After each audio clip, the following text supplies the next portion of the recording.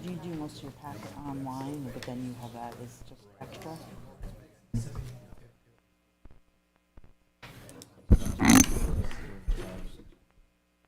Good evening, everyone. Thanks for attending. Welcome to the Thursday, October 30th, 2025 Planning Board meeting. I'd like to start with the pledge, please. Pledge allegiance to the flag of the United States of America, to the republic for which it stands,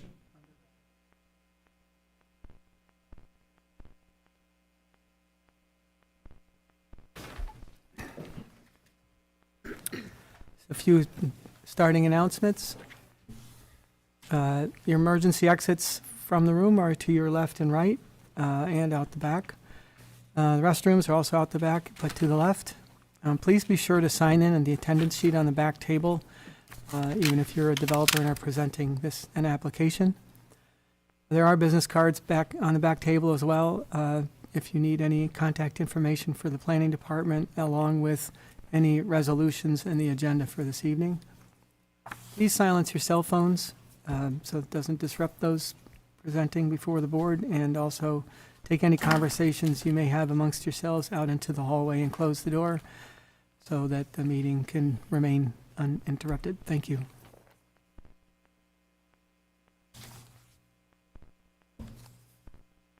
We don't have any meeting minutes this evening for approval.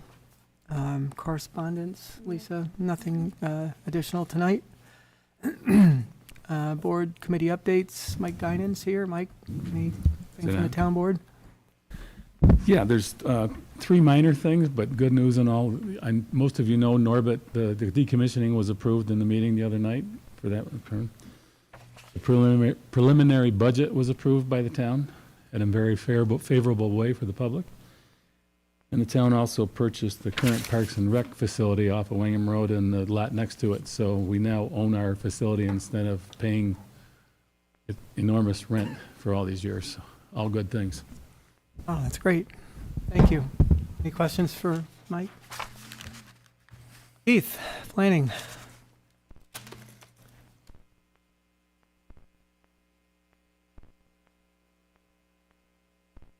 Good evening. Keith Maynard, Project Manager for the Town of Victor.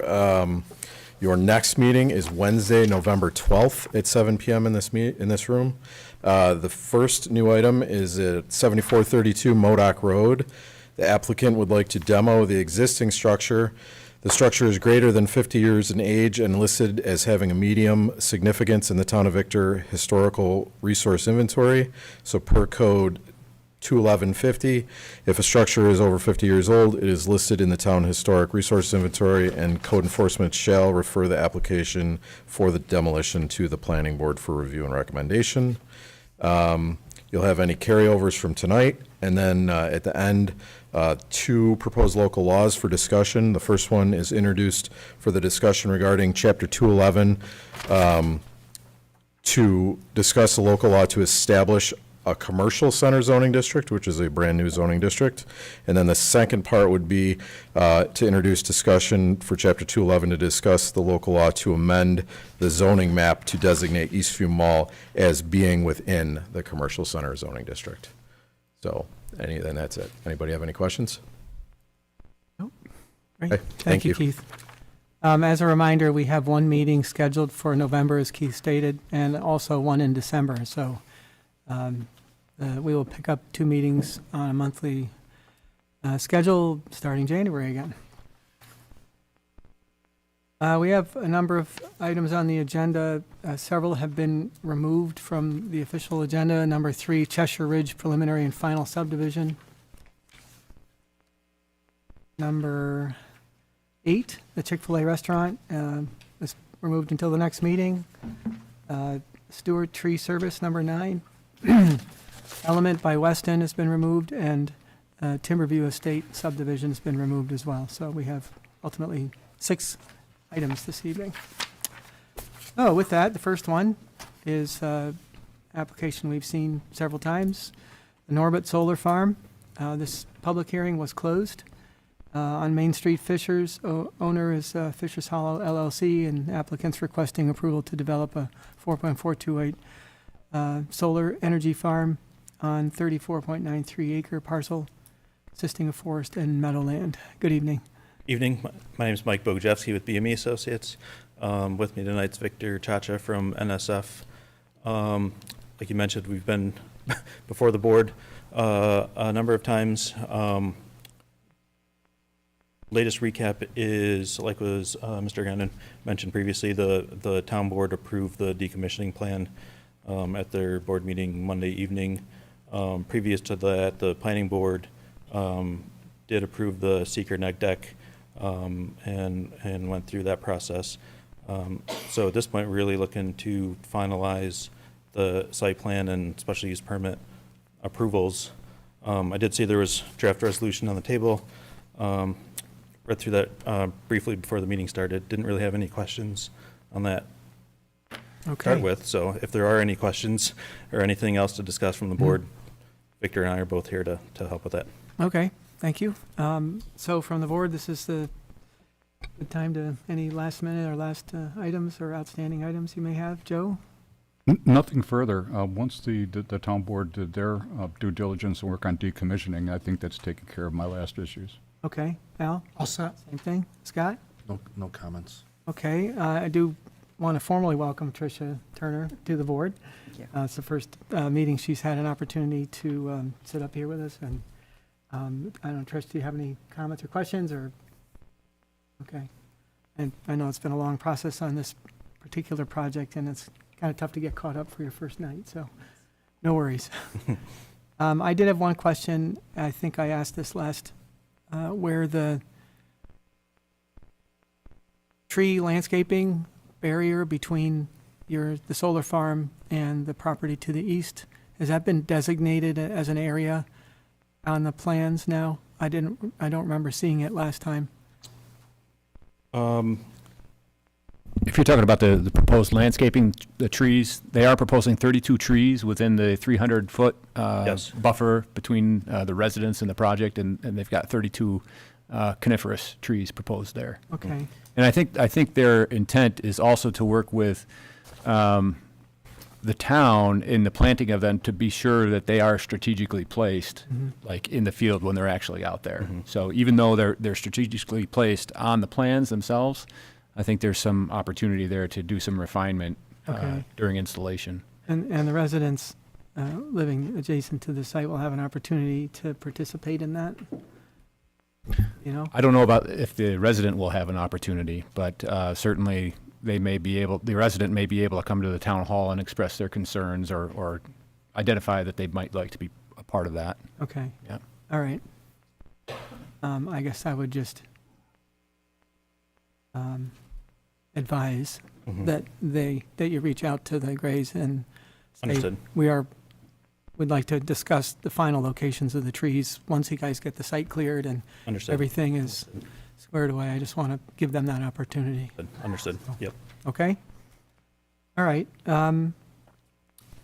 Wes, any other final comments or thoughts?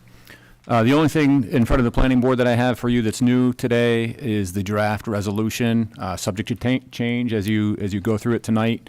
It's a bit lengthy, but it does establish the record for what the planning board reviewed as part of the project. So I don't have anything further. Okay, thank you. Unless there's an objection, I would like to go ahead and put forth this recommended resolution that Wes referred to. You guys all set? Okay. I'm not sure I'm going to read all the whereases here because it's quite lengthy.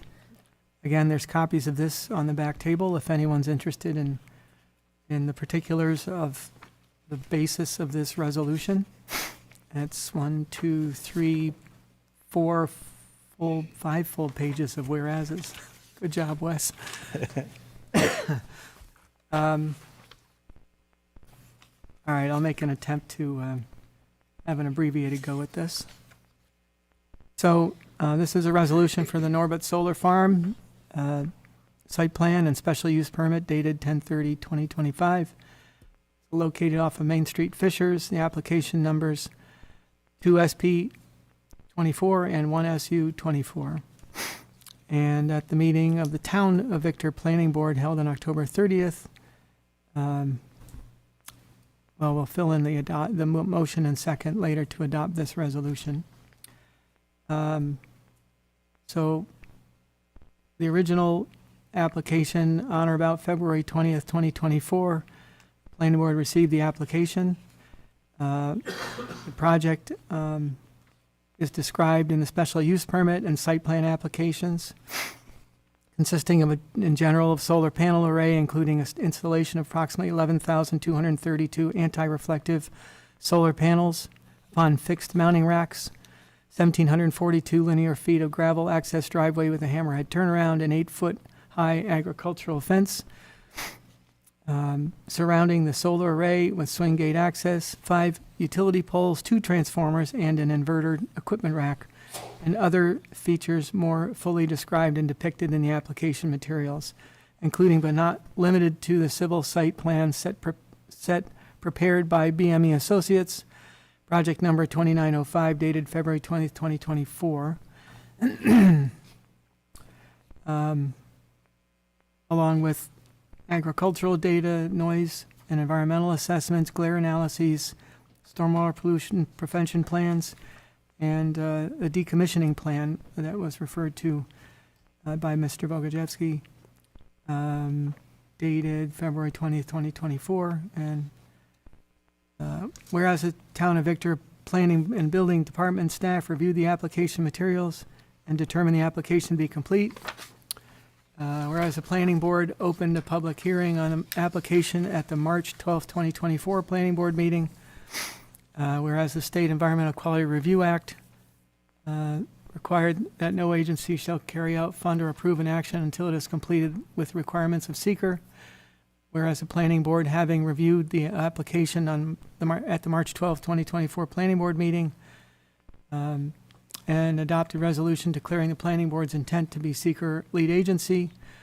whereas on or about March 12th, the following 2024, following adoption of lead agency coordination resolution as directed by the Planning Board, town staff sent notices of the Planning Board's commencement of a coordinated review, whereas the Planning Board did not receive any objection to lead agency coordination, whereas the town's engineering consultant, LaBelle Associates, provided written comments on the application on April 17th, 2024, and whereas on March 25th, 2024, the Town Board of the Town of Victor opened a public hearing on a proposed local law imposing a 6-month moratorium on the review, and that's why the long process here is because there was a moratorium on any solar farm development in the town.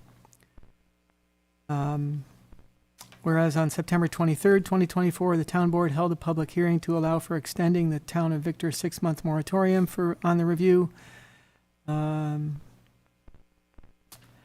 on December 16th, 2024, the Town Board held a public hearing on the proposed changes to the code.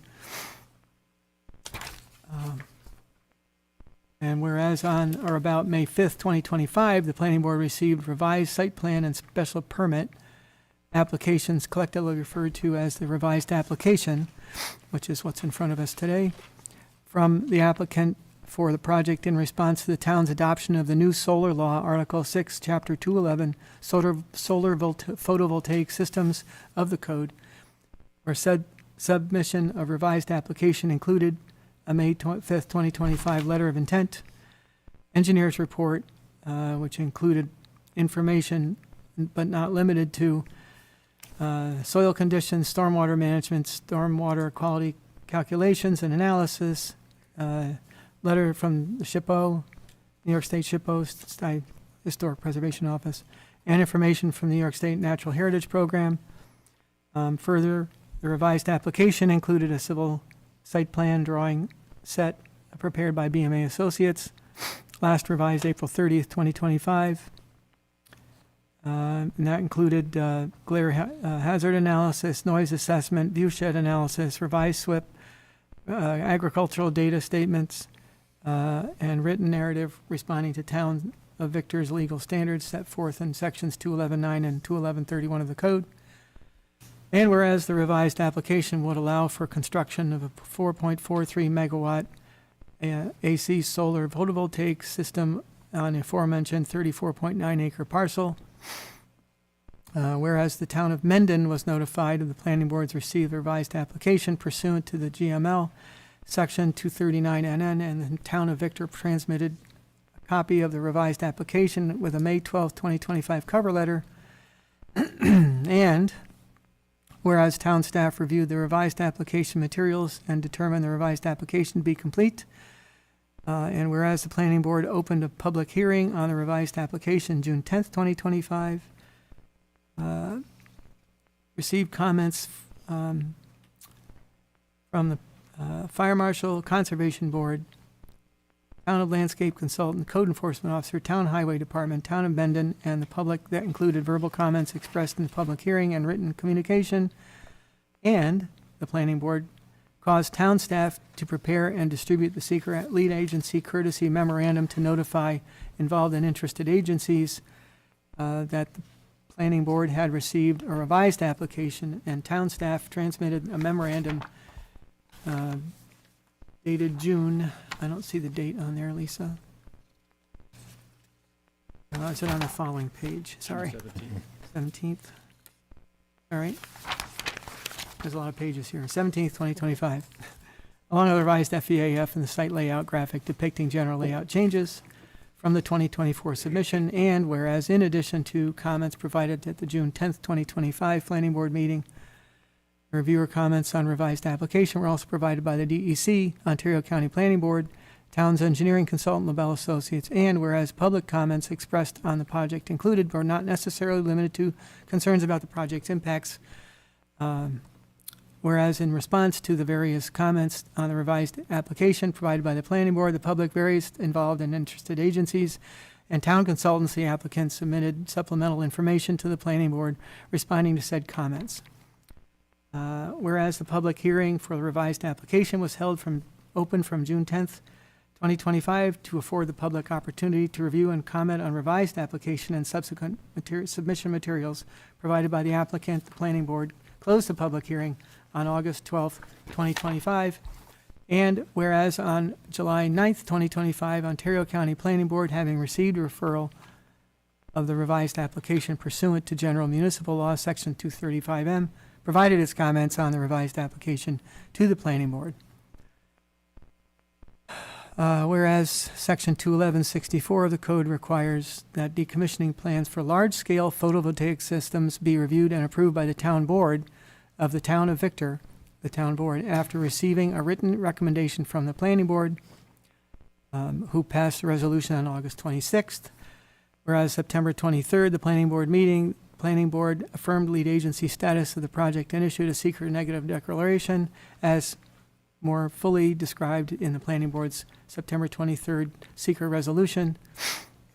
Whereas the town board approved a resolution at the October 27th, 2025 town board meeting, the updated decommissioning plan and decommissioning agreement dated October 7th, 2025, subject to final review and approval of its terms and conditions by the town attorney and LaBella, as well as planning board completing its review of the proposed site plan and special use permit application for the project.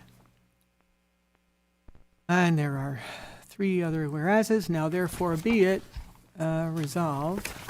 Sorry. Believe me, if this isn't in front of you, there's a lot I was able to shorten. Resolved, the planning board hereby conditionally approves the project and revised application dated May 5th, 2025, including site plan and special use permit application components thereof. Town application numbers 2SP24, 1SU 2024, including site plan drawings prepared by BME Associates dated February 20th, 2024, last revised July 16th, 2025, and be it further resolved that the applicant shall continue to comply with the special use permit conditions outlined in section 211-64, paragraph F of the code, and be it further resolved that the following conditions must be addressed prior to planning board chair's signature being affixed to the site plan and special use permit. Number 1, that no final signatures will be given on the plans or special use permit until all legal and engineering fees have been paid per fee reimbursement law, local law adopted November 25th, 1996. Number 2, that the comments in a letter dated October 2nd, 2025 from Code Enforcement Officer be addressed. Number 3, that comments in a letter dated October 2nd, 2025 from Labella Associates be addressed. And be it further resolved that the following are ongoing conditions. Number 1, the site plan comply with the Town of Victor design and construction standards for land development, including Section 4. Number 2, should underground water conditions be encountered during construction, the developer is to address the encroachment and impact to the underground water conditions to the satisfaction of the town engineer.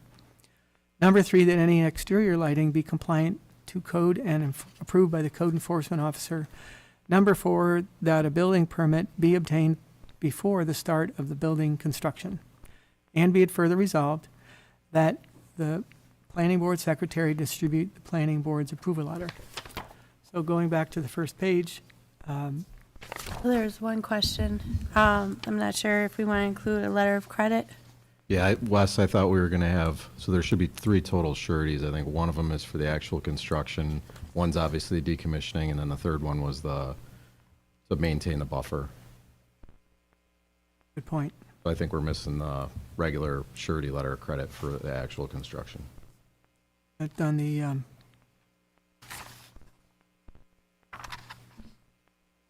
prior to the chairman's signature, we'd need that in, to be received. Yeah, yep. Let's see. Or is that an ongoing, because it's a letter of credit?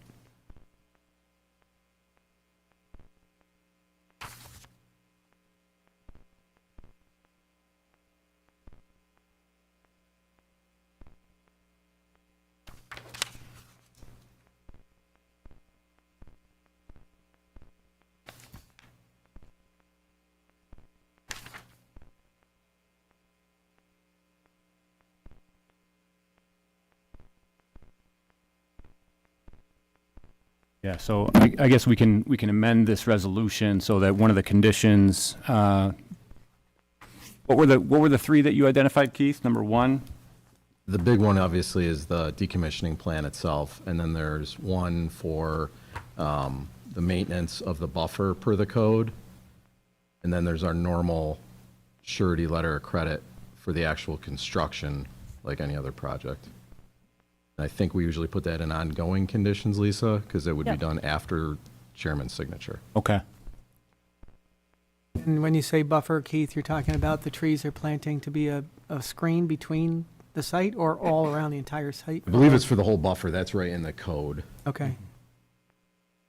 So the trees that are being planted to provide shielding, Correct. part of that. There's 2 sureties that stay for the like the life of the project. One's the decommissioning, one's the maintenance of that buffer, and then the surety that I'm really was bringing up was the one that's for the construction that goes away after it's constructed. Okay. Like a,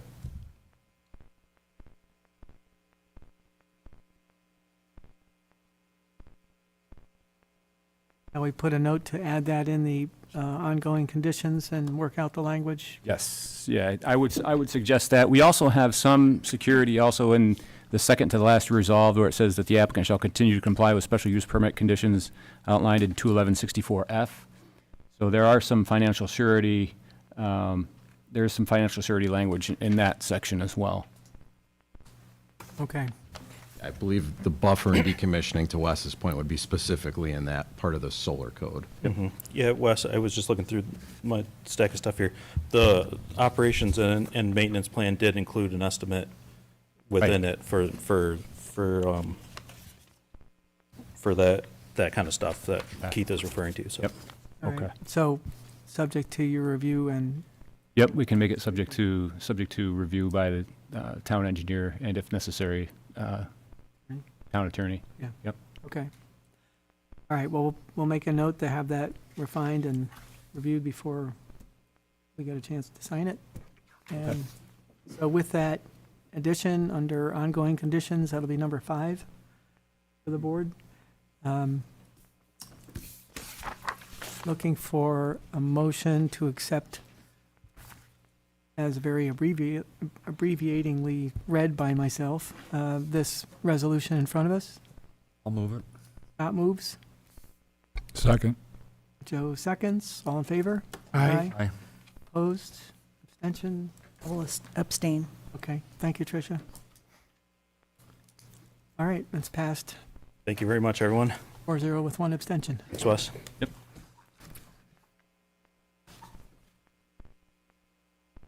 Okay. Next one up, Bow Wow Dog Salon. Applicants requesting approval to operate a dog grooming and kennel facility at an existing building. This is on State Route 96, 7235 Route 96. Owners 14 Island Holding LLC. We've seen this several times. I believe the last meeting we had, there was a request to get a management plan for the waste on the site, and so Yes, hello, Christian Dewar. I missed the last meeting, but I'm here for this. We prepared a plan recently for a gutter around the perimeter of the exterior perimeter of the fence for the exterior dog runs, and tied it into a catch basin into like what I would call the northwest-ish corner.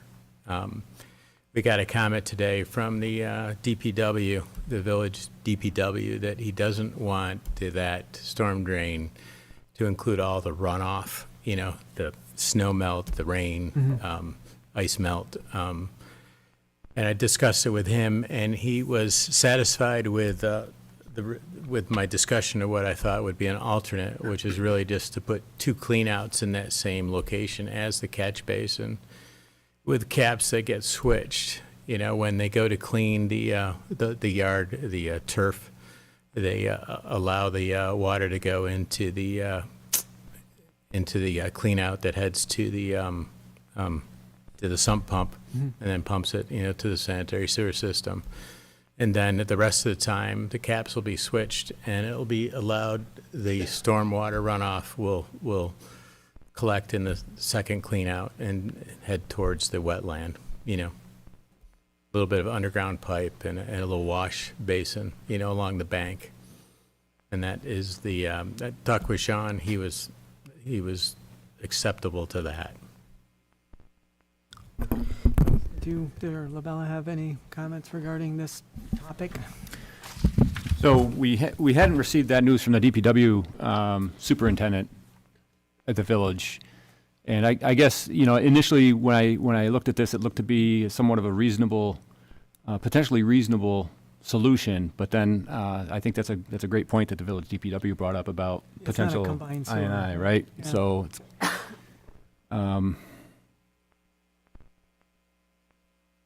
yeah, I guess I might want to talk with one of our engineers back at the office about whether, this is an acceptable scenario, but I guess if the village DPW is okay with it, I think that. Just for the record, we got the comments that he's making right now very late in the day, and we have not, and it didn't go through our office like it should have. We have not talked to the village DPW, so we would for sure like to have in writing from the village DPW that he's okay with it.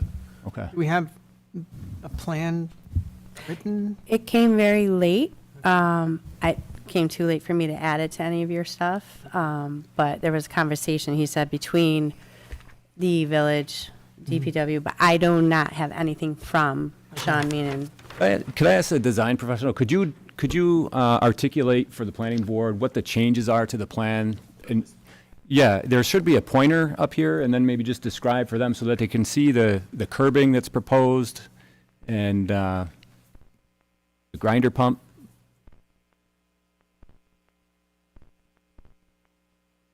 Grinder pump is right here near the, as you see it, to the left of the door, looking from the outside.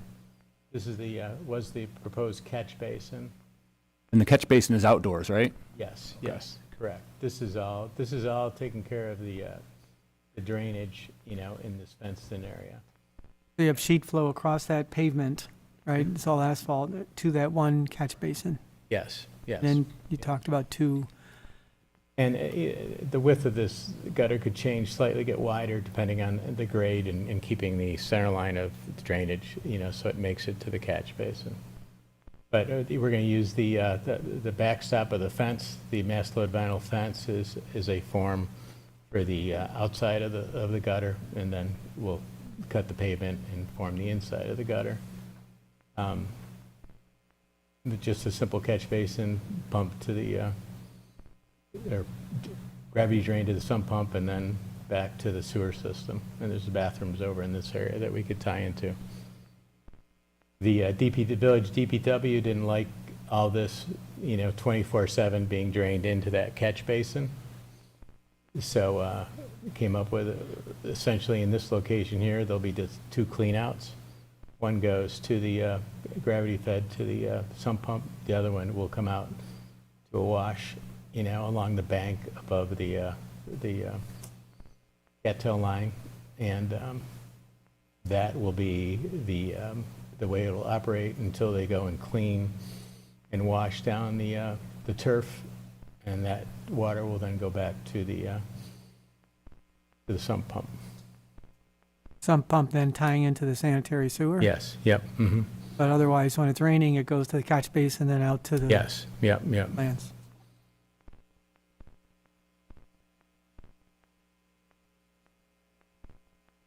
Well, clearly, we don't have haven't had a good chance to review that proposal. Wes, any thoughts? I mean, you want to take a look at this and Is there any way that you're able to do dog kennel run or dog runs indoors at all? Is there a reason why the runs have to be outside? It's an exercise for the dogs outside. Exercise space? I mean, there's going to be probably equal Okay. bathrooms inside as outside. Yeah, I think Labella would like an opportunity to at least consider what's been discussed here between the applicant and the village and weigh in for you. okay. Thoughts from the board, Tricia? There's no grass area at all, right? It looked like the whole back was all concrete. It's all pavement right It's now, all yes, pavement. and they're just going to put glue down turf over the pavement. Too bad you don't have like a porous pavement or something like that, stabilized that it could leach through rather than, You want run into the ground rather than flowing out as one exit. Worry about smell. Right. Right? You know what I mean? I think that's an interesting idea. I also think that Wes should speak with one of their engineers and someone with some environmental background on this. I think. Nothing else to add. Okay, Joe? I agree with Scott. I like the solution that's being proposed. I would like to see some documentation that says that it is satisfactory for the engineers. Yeah. Okay. Yeah, I think we need to see that review, given that it was come today, and no one's had a chance to really evaluate it. So I understand. we will look through it all and have you guys back at the next meeting and move it forward if everything seems acceptable. Okay, thank you. Okay? Thank you.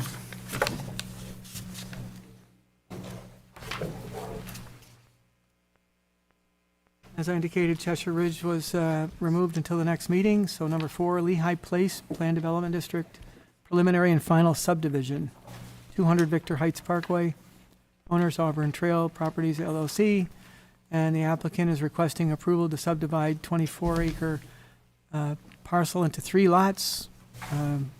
We did the subdivision, I believe, last time.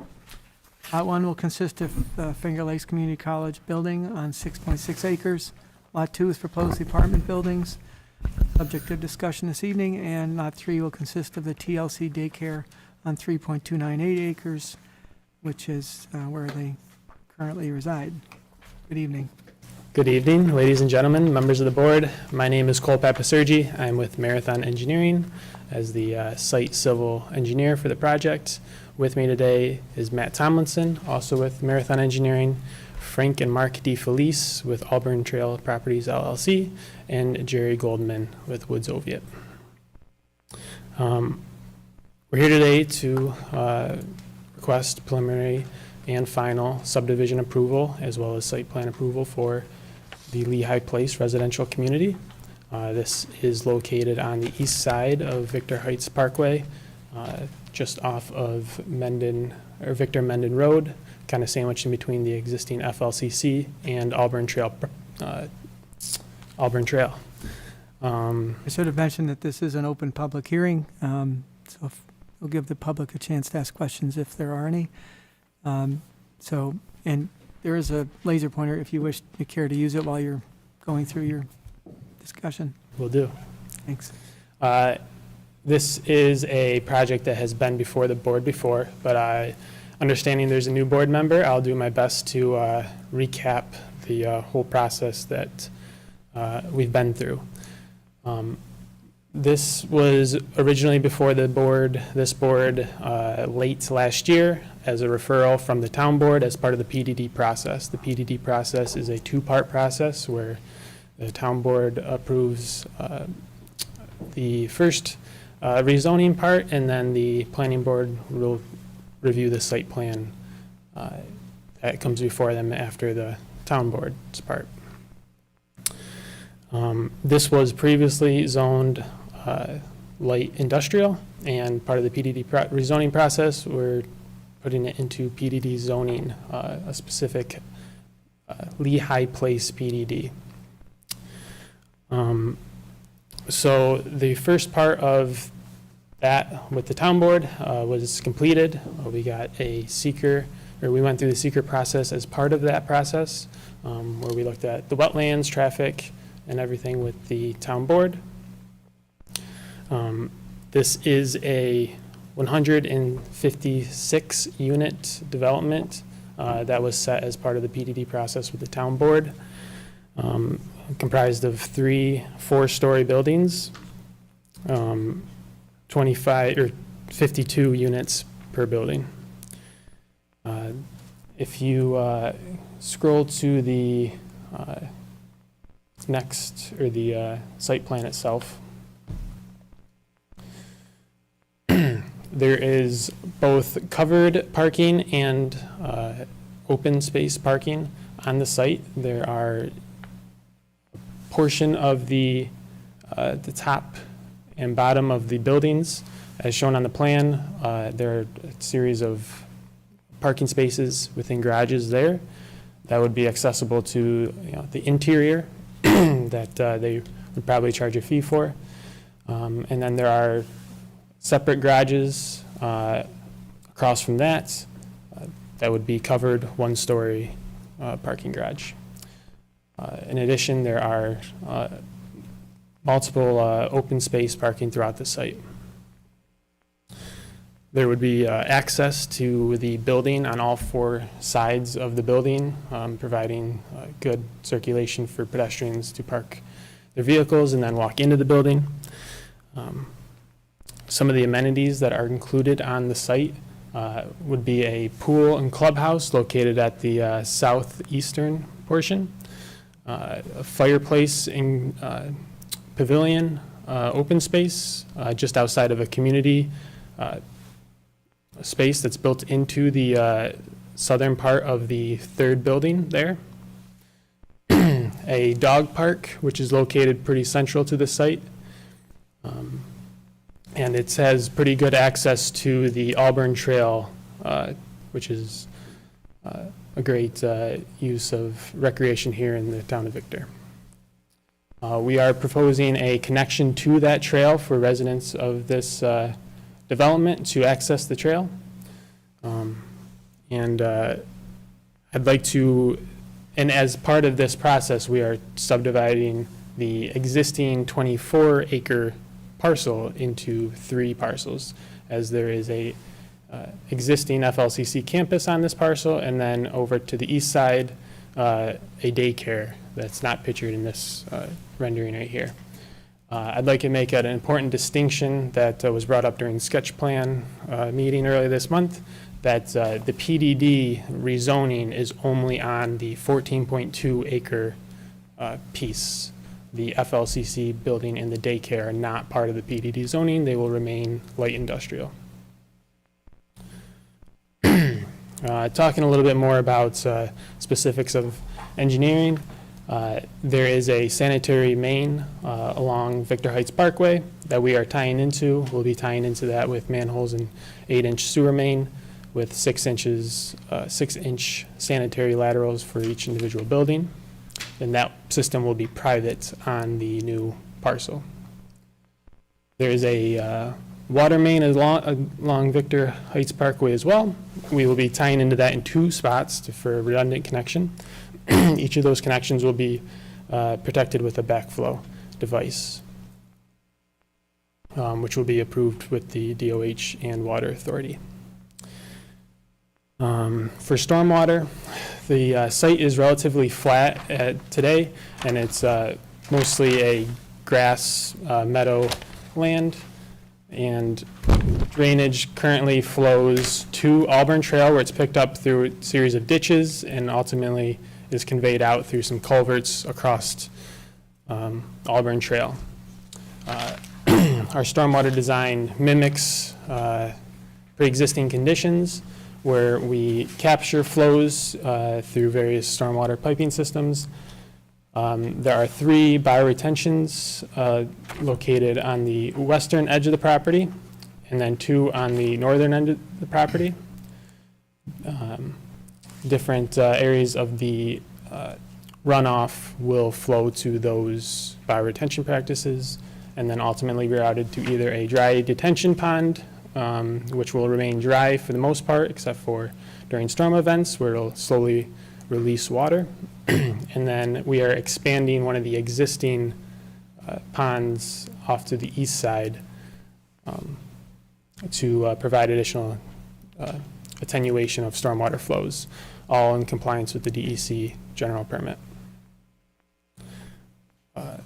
We are providing some site and walkway lighting across the site, which will be LED and full cutoff as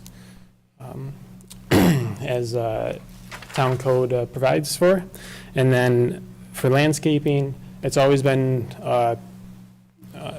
something to focus on this project through all the different meetings we've attended as far as buffering to this site. So as part of this, we are maintaining 20 to 30 feet of that existing buffer along Auburn Trail. And then we are supplementing, we've had an architect, landscape architect, look at the project, and we are providing over 70 trees and 300 grasses and shrubs to supplement the whole site. We have received a series of comments from different town agencies, and we've responded to those to date earlier today, most of which I think were minor addressed. But if there's any discussions about those comments or any of the other comments, happy to answer those.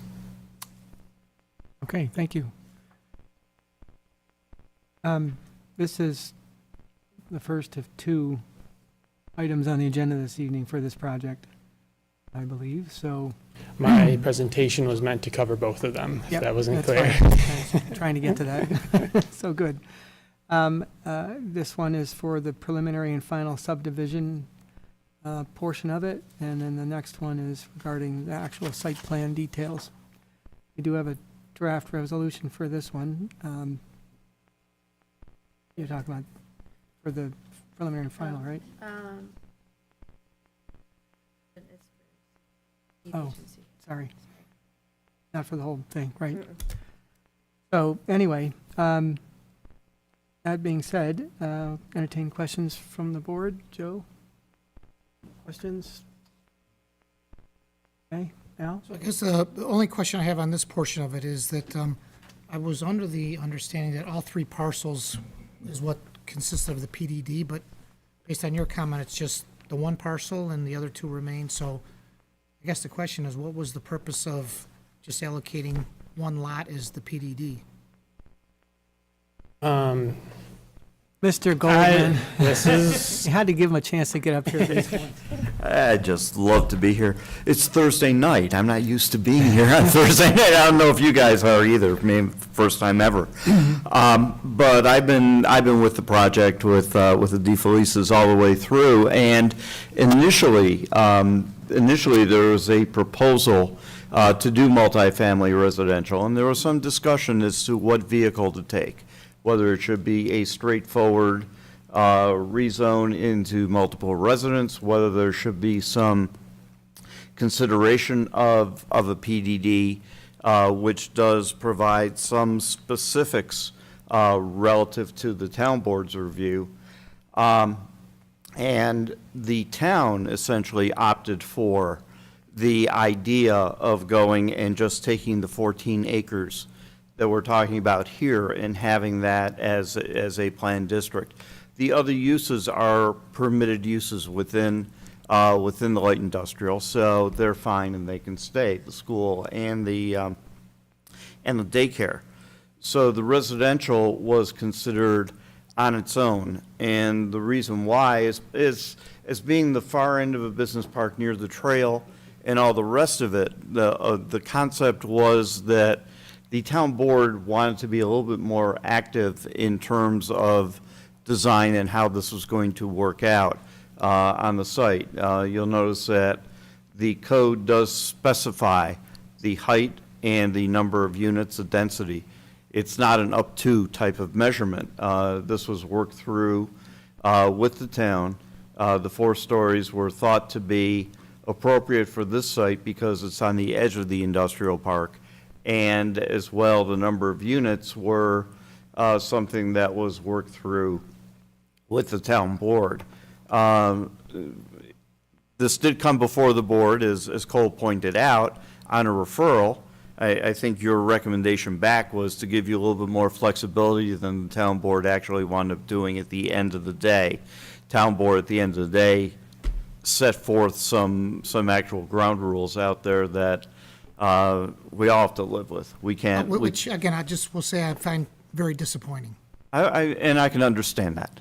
And I can understand that. It's not an unusual thing when we have town boards involved in specific zonings. In some towns, it's incentive zonings. In some towns, it's PDDs. But because of that, sometimes the town boards get more active in what we typically think of as being the planning board's role. So I understand your disappointment, but we have to live with this as well. We can't go and redesign this thing either because we don't have the flexibility to do that.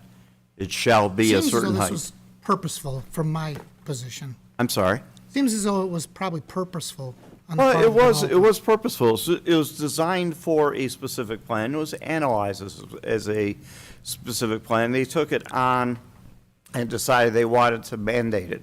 Not unlike, I think it's Highline on Main Street Fishers. It's the same type of thing that went on with that particular project. So that gives you a little bit of the background. There was no need to include the other 2 parcels, the campus, because we don't know ultimately what's going to go there. The rumors that the lease may be expiring and they may be going out, as well as the daycare. If we went and put those in the PDD, then we'd have to start broadening out the uses which are allowed. We'd have to start broadening out a lot of the elements of design and site. This is very focused on that particular piece of property, and that's the way the town board wanted it. I think, reflecting on Al's comments, that we had a lot more input on the size and scope of Highline than we did at all with this. I mean, it was basically, here it is. You had a very detailed 11-point analysis on this. Mm-hmm. You did do Yeah. you did do yeoman's work relative to that. What legislative boards do is what legislative boards do. Mhm. Okay, I'm just following up on Al's comment. I Anything else? understand. I fully understand. No, that's it. That's it? Okay. Scott? I guess I'd like to follow up on that a little bit too, because it just seems to me that the PDD is producing a much higher yield for the developer than what would be achieved under apartment zoning. Isn't that true? It is. And so you're familiar enough with zoning, I think, to know that most PDDs and PUDs involve mixed uses. Not necessarily. Not necessarily, but. Not necessarily. Our code in particular talks about Right. specific planned residential districts, planned commercial districts. It's not the general PUD type of thing. before you guys were in, a long time ago, before you guys were sitting up here. I don't know how many people remember Jane Luce, who was the town planner many, many years ago. She was an advocate for doing these PDs and saying almost on any rezoning, that is a route that the town should consider relative to it. The town board is more hands-on in those kinds of circumstances. Yeah, I understand. The bulk requirements are different relative to it in terms of height and all the rest of the issues. But like I said, we're somewhat of a unique circumstance being at the far end of a business park. No, I get that, but, and maybe this is something we need to talk about internally relative to our regulations and whether they are correct as we'd like them to be. Because it seems to me if I were a developer, I would only look to a PDD for this type of a project. I wouldn't look to any other zoning form that this town has. Only if the town board's willing to entertain it. Right. And that's really what it comes down to. If we were to be adjacent to residential neighborhoods, for example, or something of that sort, town boards would generally be less inclined if there was a lot of public saying, gee, why are you varying from what the multiple dwelling is? This is somewhat of a different circumstance. Okay. That's all I have. Okay. Tricia? Questions? Okay. This is, as I said, a public hearing. It's open, so thank you, Jerry. Thank you. If there's anyone here who has questions on this proposal for the developer, step right up.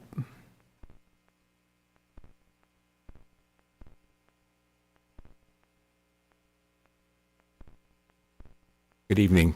Dave Nankin from 1174 Chaucer. Please, maybe a misunderstanding.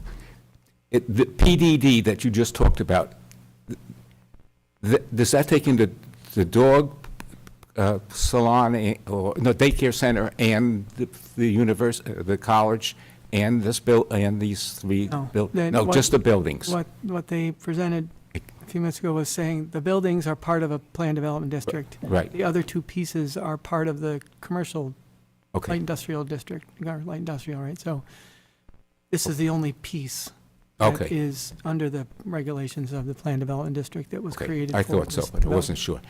sure. Yeah. I just want to say,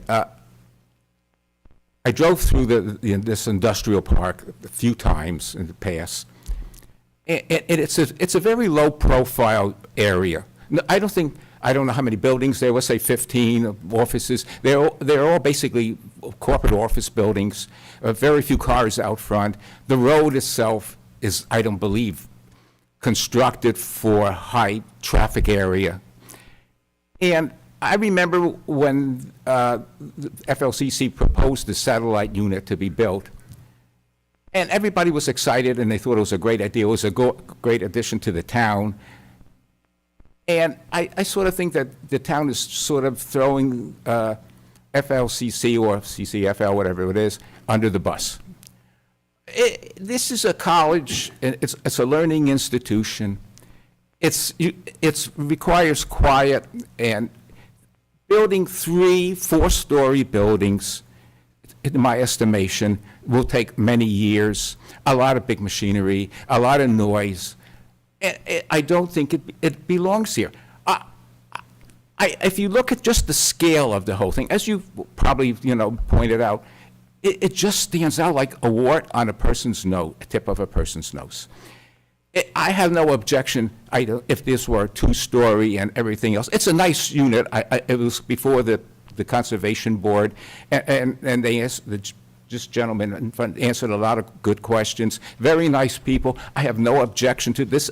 This shouldn't be taken personally, but this does not belong in an industrial park. Whichever way you slice it, PDD, whatever it is, it's an industrial park, and it's just being in just a few hundred feet actually from the university. Cars from the students coming in.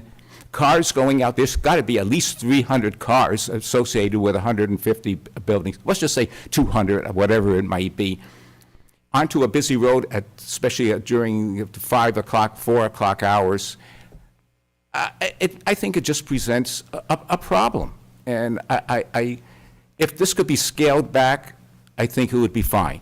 But as it is proposed, I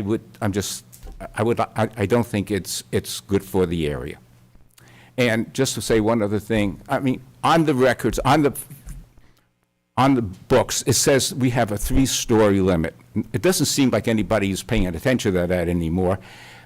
Everybody goes to the 4, even though it's clearly states under code, it can't exceed 3 stories. I forget how many, 50-some foot or so. I would like to just say, scale it back, even though the town probably already gave it the okay and then nothing's going to happen, but it'll go through. But that's my personal feeling. And I thank you for your time. I'm sorry to. Thank you, Dave.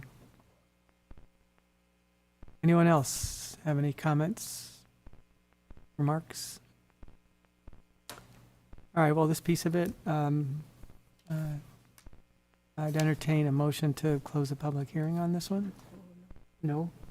Yeah, Sorry, Wes. yeah, my suggestion would be to leave the public hearing open. So, Labella, we have yet to issue comments on the site plan portion of this project. Currently, we are taking a hard look at the sanitary sewer, the amount of flows that are expected. That's not insignificant. I'm not trying to raise concern right at this point, but there are, what was it? I think 120 gallons per minute is the projected flow for the sanitary sewers. So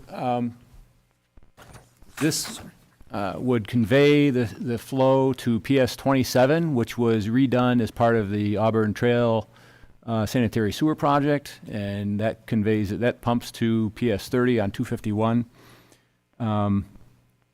And initially, back in 2019, when the Auburn Trail sewer project was constructed and designed in probably 2016, 2017, 2018, it wasn't anticipated that this project was going to be higher density in residential. It was zoned at that point as light industrial. So that past project didn't take into consideration the increase in flows here. So I'm not saying that that's a problem. We haven't been able to pinpoint whether it's a concern yet, but that is something that we're looking into, sanitary sewer flows.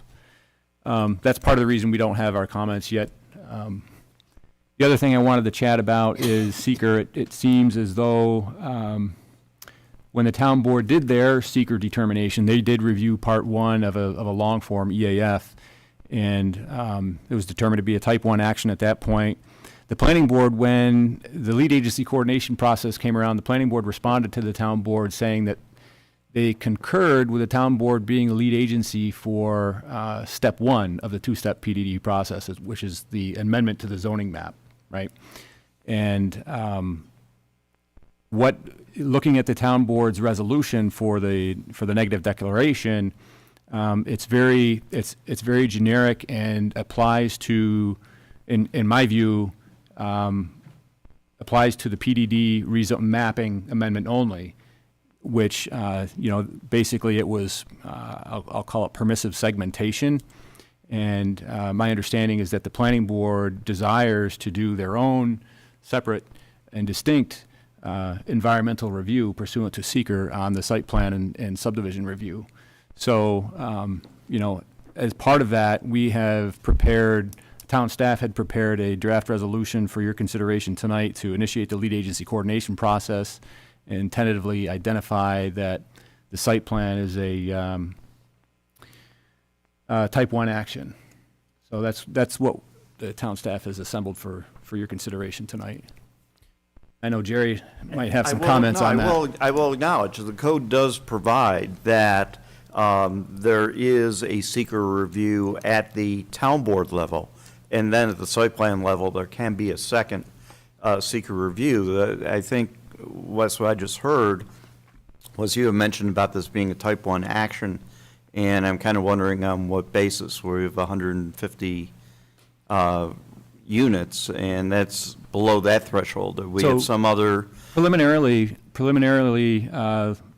identified it as type 1 due to let's see, it would be 10 acres of disturbance, but since you're less than 10 acres of disturbance, you're immediately adjacent to the trail. Well, the 10 acres only applies to non-residential projects. The residential threshold is based on number of units. Okay. Well, again, it was a preliminary identification as type 1. Doesn't necessarily mean that in the end, it's going to be a type 1 action. Yeah, well, type 1 unlisted have a different criteria to this extent. In an unlisted action, you don't have to coordinate a review, where in type 1 action you do. The other agencies have, outside the town, have reviewed this pretty well. I don't know if there's really a need to undertake a second coordinated review, if you will. So maybe it's not mandatory, right? It's my understanding of the seeker regs is that the town could do a coordinated review, That's even if correct. it's an unlisted action. That's correct. So But to what end is the question? What kind of time frame are we looking at if we do a coordinated review? We've got a 30-day lead agency process that all these other involved agencies would need to chime back in and say whether or not they concur with the town planning board being lead agency. So, and basically that just has to be done prior to making a determination of significance, That's right? correct. So, what's the harm, I guess, in doing a coordinated review? It really is what's to be gained by it, essentially. I think we all can say with a great deal of confidence that no one is going to jump up and try to take lead agency status. It's other than the planning board.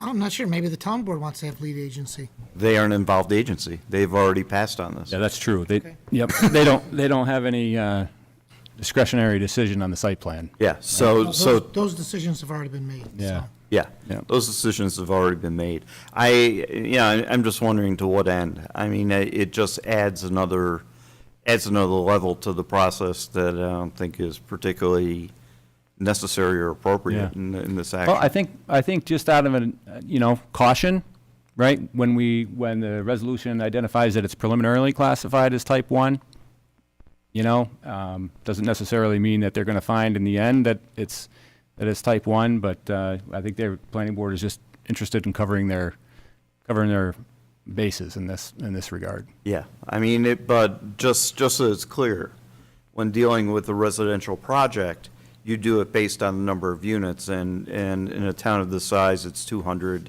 200 units would be the threshold for being a type 1 action. The 10 acres of physical alteration is for non-residential projects. Yep, that's true. We don't have any criteria which would throw us into a percentage of that. Like, for example, if we were adjacent to, what will we have to be adjacent to? We'd have to be adjacent to a historic site, for example.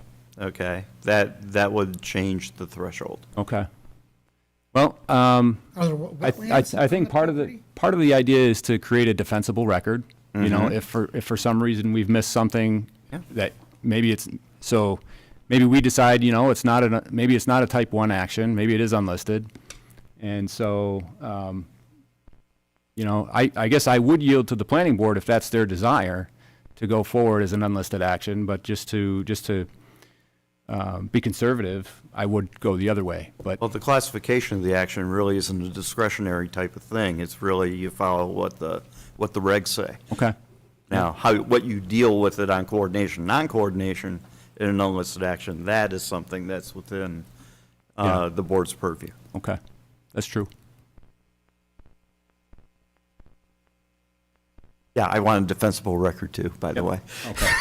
Yeah, I would like a defensible record, too. I think a coordinated review is appropriate.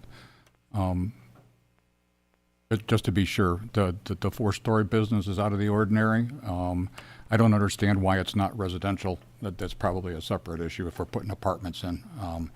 But I think a conservative approach is probably warranted here.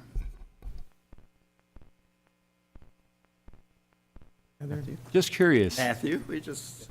You don't mind? Yeah, Matt Tomlinson, Marathon Engineering. I could offer it to the board as well, and Wes, I'm sure you have it in your records, but we did do an expanded EAF report with a lot of the things that we knew were going to potentially be questions for seeker. I heard wetland. We have wetland JD. We have a traffic report. We expanded on all of the items in the original coordinated review. And I'm not even sure that that came to the planning board as part of the referral back then, because that was town board as lead agency. So we can, of course, provide that documentation to the board as part of their consideration of the seeker. Because I believe that all of these were fleshed out as part of that original submission. Yeah, coordination or non-coordination really doesn't make it more or less defensible. Okay. Keith, do you have any thoughts on this? I'm putting Mr. Maynard on the spot. There we go. Project coordinator. We spoke with the town attorney this afternoon, and he was recommending coordinated review, right? Yeah, he did. Yep. Oh. So I would, So basically, if you wanted to go forward with a coordinated review on an unlisted action, I would suggest reading the resolution, and then where it says the town planning board has preliminarily classified the action as type 1, just say unlisted.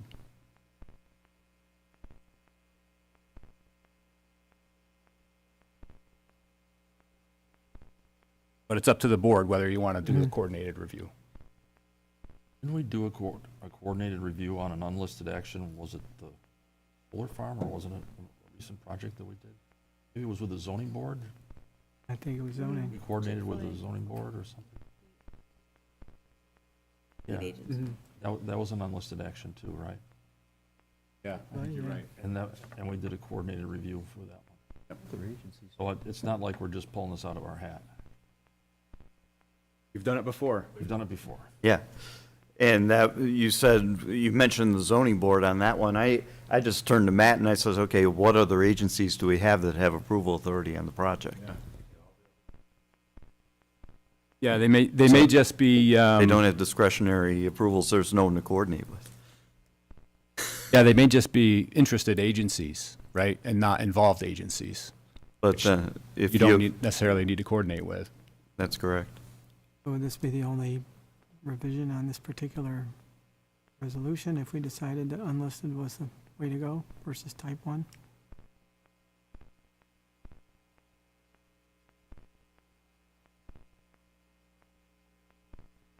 Listed all these agencies to coordinate with.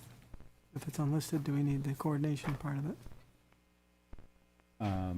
No, because unless you want to do coordination. But if these people don't have any discretionary approval, like DEC, Right. Department of Health, Farmington, Water and Sewer, Ontario County's going to be interested. I mean, he's definitely impacted, right? I mean, Yeah. But as far as discretionary approval, Right. I don't think they really have discretionary approval. How would this be any different than any other project that's come before this board? Let me ask Jerry, why did we do why was the rezoning a type 1? The PDD, did we do type 1? We must have, because the town board coordinated with planning board. Well, they can coordinate. You can coordinate an unlisted action. Yeah. So, you know. Was that type 1? Do you What? remember? I don't remember, frankly. Yeah, I don't remember either. I don't remember how he did secret It was type 1. Yeah, it was a type 1 for coordinated because there's multiple involved agencies. It also was greater than 10 acres and zoned industrial at the time. And I think there was some. 10-acre threshold, what was that about? Well, it wasn't physical disturbance, but it affected land greater than 10 acres that was zoned industrial or commercial. It was. Yeah, I don't recall why there was a designation, or what the designation was. Yeah. Relative to it, but they did coordinate a review. And logically, that made sense for them to coordinate the review because you guys were involved. All right, well, if that's the case, if we don't have involved agencies that have a discretionary review, then even whether it's type 1 or unlisted, there's not a need to do coordination. I guess the fundamental question I have is what's unique about this set of circumstances that wouldn't require a coordinated review. And virtually every other project that's come before us.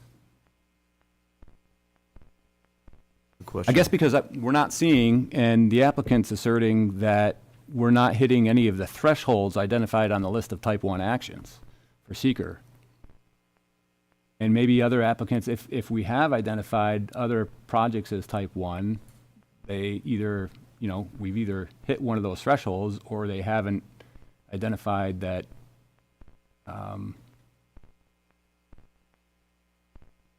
we haven't hit one of those thresholds. So I'm just looking for the secret regs here. Yeah, in some cases, they're discretionary approvals, Al. I don't know if they're, and I got to defer to Wes in terms of his review and the engineers as to whether any other agency has a discretionary approval.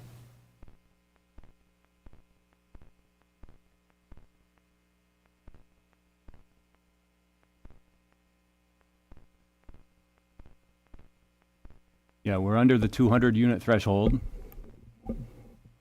And then, as you said, activities other than the construction of residential facilities that meet or exceed any of the following thresholds. And as you said, the 10 acres, that would be reduced to 2.5 acres because we're next to a trail. But again, this is, I guess you're contending this is a residential facility, which 156 residential units, that's a residential facility. Right, a trail isn't necessarily anything that invokes that 1/4 thing anyway. Anyway, I think it's substantially contiguous or adjacent to Publicly owned or historic. operated parkland, recreation area, or designated open space. I might say that the trail is a recreation area. Okay. If you're inclined to do it, again, I don't know who we're coordinating with.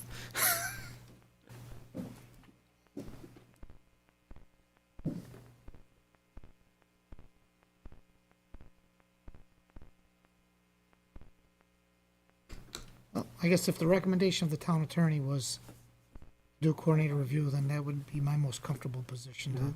Okay. And if in the end we determine ultimately that it's unlisted, then we're not, Right. it's, like Jerry said, it's another step, but at the same time, it's a worthwhile step, sounds like. Yeah, I think if you want to move forward with this coordinated review, and there's a paragraph in here also that says, the planning board declares its intent to act as lead agency and directs the town staff to confirm the list of potentially involved agencies. Maybe if there's a opportunity for town staff to confirm that there are no involved agencies, then there's not a need to coordinate Right. the review. And so maybe So the resolution becomes That would be the moot. step. Yeah. So I guess my suggestion would be to read the resolution, Mhm. and you can classify it as unlisted, Okay. right? Because we're not hitting any of the type 1 actions here, Mhm. so. Well, Well, it kind of depends on your interpretation, because that 1/4, in some cases, does apply to the number of residential units as well. It's not only for, commercial projects. I guess I'm just trying to save unnecessary steps if we can do that. understood.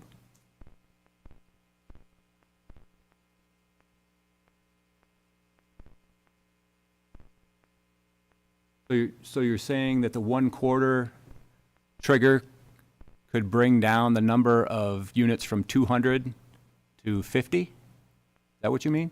It could conceivably. I didn't bring my secret rigs with me either. So Oh, 50.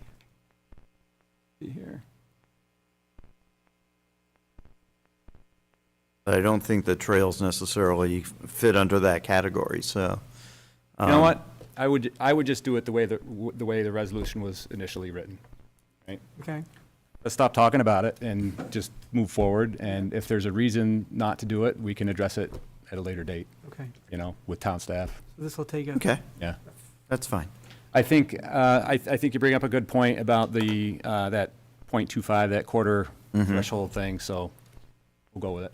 All right, so as is. Yep. Okay. I ask what the .25 is? Yes, sir. There are certain categories of actions under seeker which the threshold is 1/4 of the, 1/4 of the threshold, if you will. It gets reduced if you're substantially contiguous to, and Wes has it right there. I don't know if you want to read some of them. I do. So Or Scott's one of the sponsor. items for type 1 actions is as follows. Any unlisted action that exceeds 25% of any threshold in this section occurring wholly or partially within or substantially contiguous to any publicly owned or operated parkland, recreation area, or designated open space, including any site on the Register of National Natural Landmarks pursuant to 36 CFR 62. I've never seen a trail categorized as open space or parkland like that. Recreation area, though. Recreation area. It's not a recreation area, it's a trail. Recreation, right? Right. Well. I mean, how do you define area? It's transportation if you're riding a bike, right? It sounds like there's enough nuances you can work your way through it. that it would Yeah, be- yeah, look. All right. Okay. Thank you, Jerry. So I think the general consensus is read as is. Move forward. We'll determine more precisely the direction we have to go. Confirm. We'll Yep. confirm. Yeah, that's a better word. Okay. So with that, unless there's any other comments. I appreciate the discussion. I wasn't familiar with the .25. Yeah. So I think that was good. So this is a determination of seeker lead agency resolution, Lehigh Place PDD preliminary and final site plan, application 03 PS 2025 and 03 FS 2025, and 31 SP 2025. Whereas on or about September 24th, Secretary of the Town of Victor Planning Board received the application entitled Lehigh Place PDD subdivision and Lehigh Place PDD site plan, collectively referred to as the project, proposed at 200 Victor Heights Parkway, and whereas it is the intent of Auburn Trail Properties LLC, the applicant, to subdivide 24 acres into 3 lots, construct 3 4-story apartment buildings, each consisting of 52 units for a total of 156 apartments, 5 garage buildings with a parking capacity of 50 vehicles, a 1,600 square foot leasing and amenity building, a 2,400 square foot dog park, a pool and accompanying pool facility, excuse me, a 600 square foot pavilion with grill stations and other associated amenities.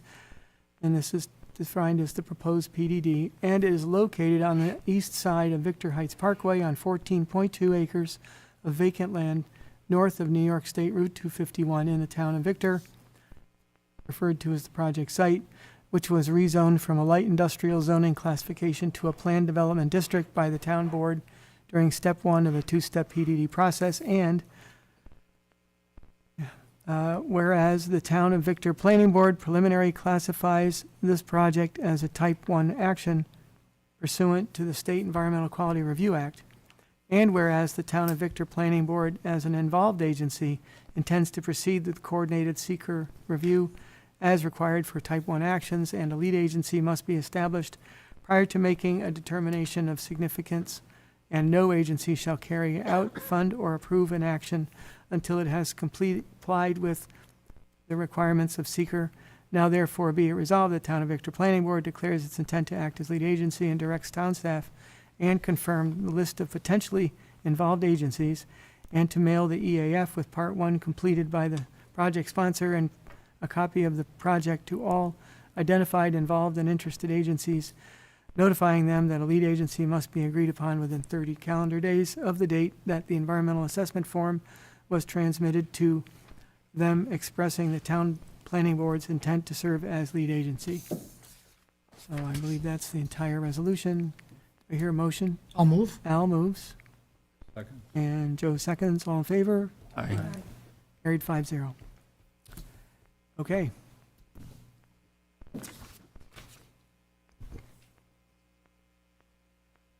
I think so. Yeah. We all set? You right?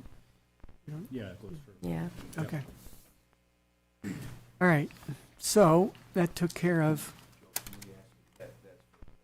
Yes, that's for both, sorry. Yeah, so items 4 and 5 on the agenda. That takes care of both of them. Quick question for the applicant. Regarding the subdivision, does this put you at a disadvantage? Was there a time frame on the subdivision that needed to be completed? Were you looking for that to hold you up at all? As far as for being able to file and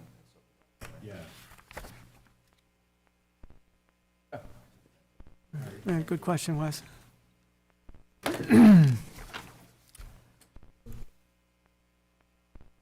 Okay, item 6, 7404 State Route 96 site plan.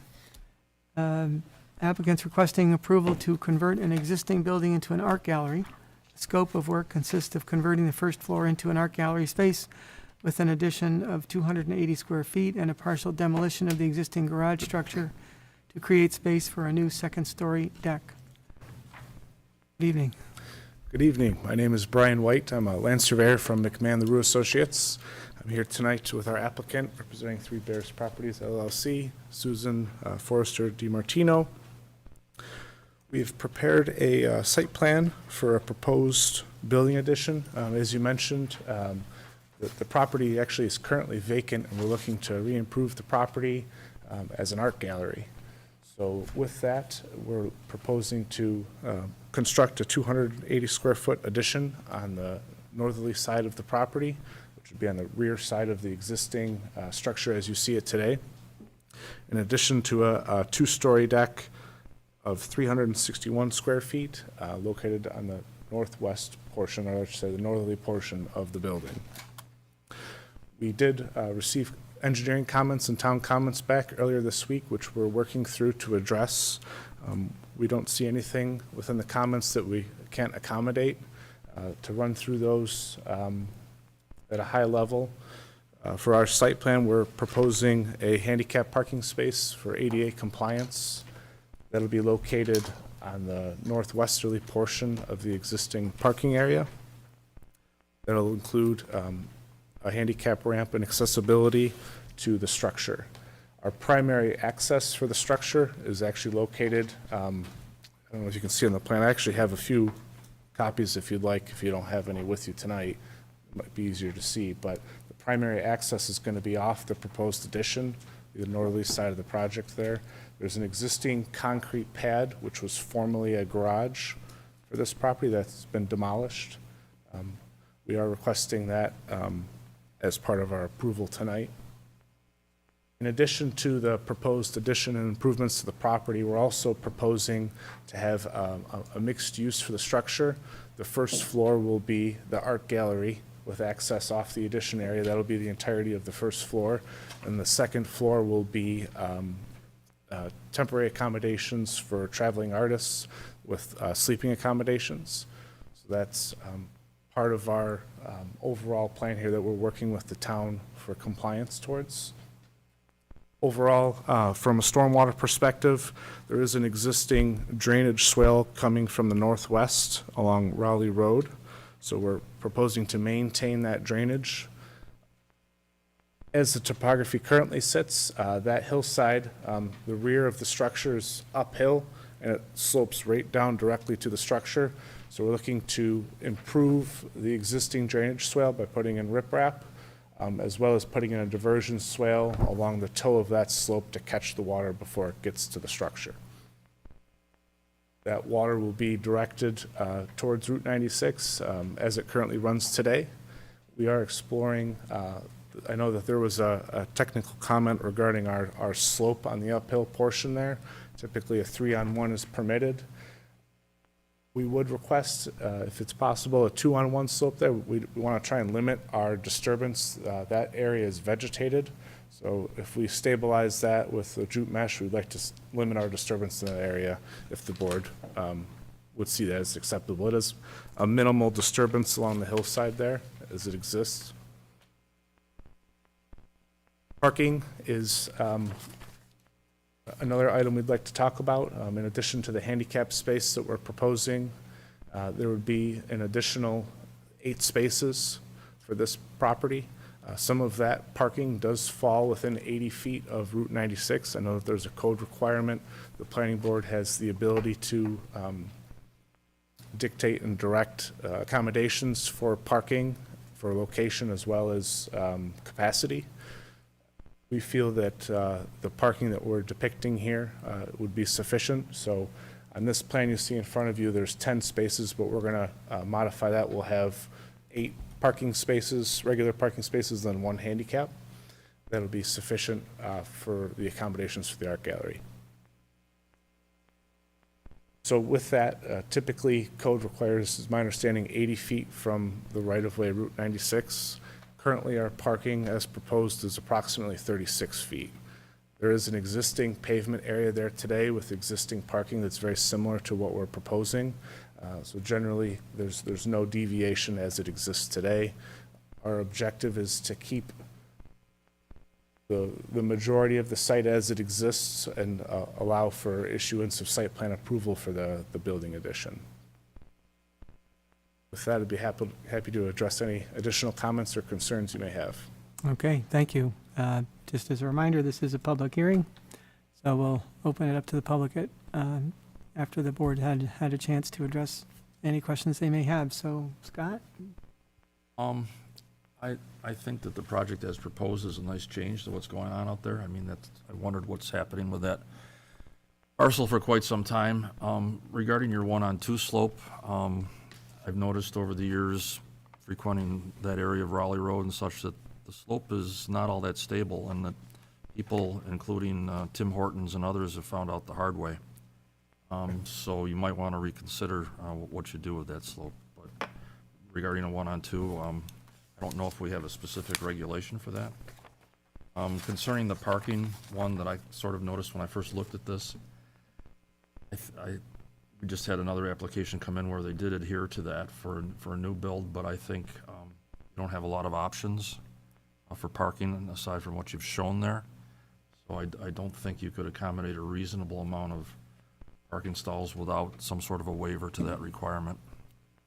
But generally, I like what's proposed, and I think it's generally in conformance with what we want to see there. Okay. Thanks, Scott. Tricia, any thoughts? I had a question in regards to the housing. Is this a temporary housing? I saw there's it's a cultural exchange program listed. Could you please explain what that would entail? Yes, Sue, would you like to talk?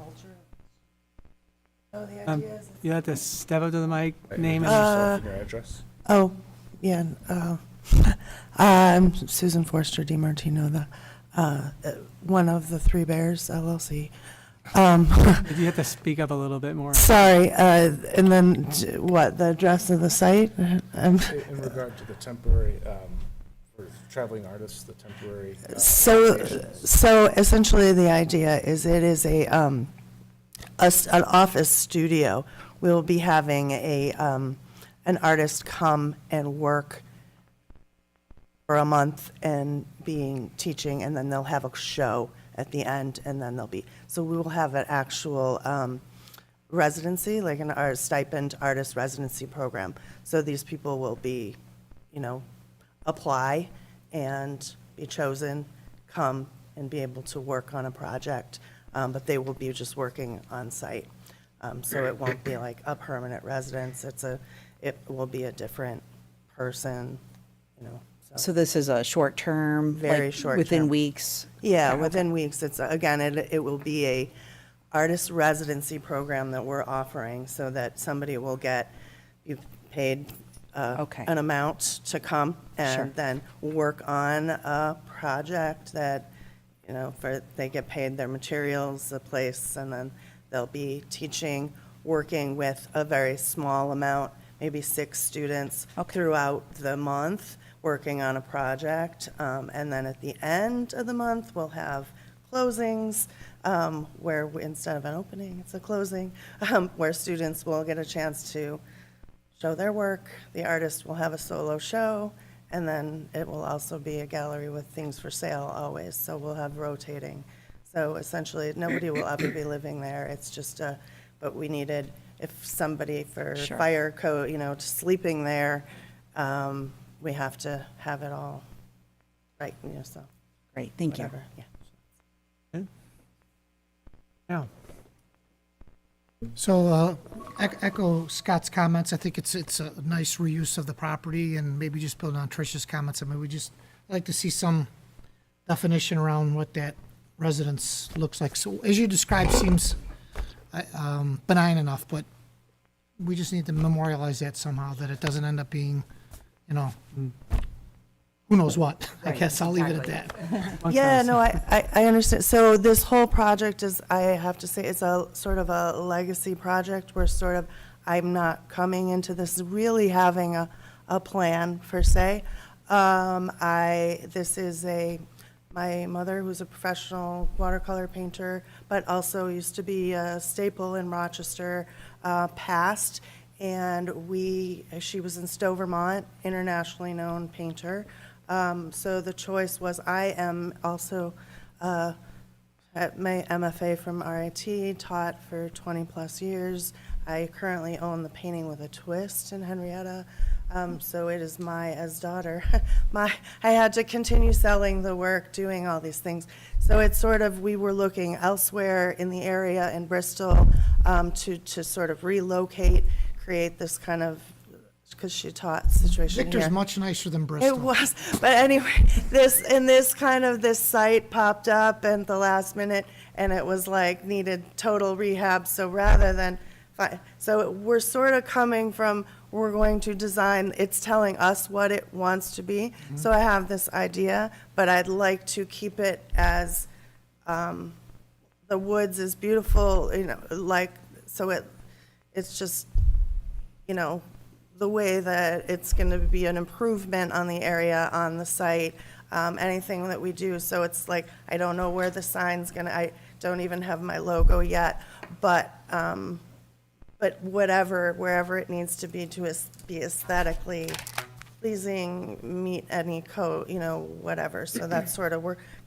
designing this a little bit from the, you tell us what it needs to be, rather than, this is my plan, and I round in a square hole, we're going to carve it to what it needs to be. So that's my idea. Okay, Joe? So I echo the comments. I think it's a great use of the site. I like the idea in general. Conceptually, it's pretty cool. The only thing I'm stuck on is when I picture a show, I picture like champagne and limos and 8 parking spaces. I don't know if, it's going to be sufficient for the people I picture coming to see the art. Yeah, no, that's one of the things that I would like to not be Oxford Gallery. Some of the fine art galleries, we are sort of going to be a more approachable. My issue with many fine arts galleries, they're very intimidating for most people to come in. And that everybody has that idea of this, champagne and furs and lots of and that it turns people off. In fact, I am a fine arts crafts class as my medium, and ceramics. So I want things, their price point's gonna be more from $50 to $5,000, not $5,000 to $50,000.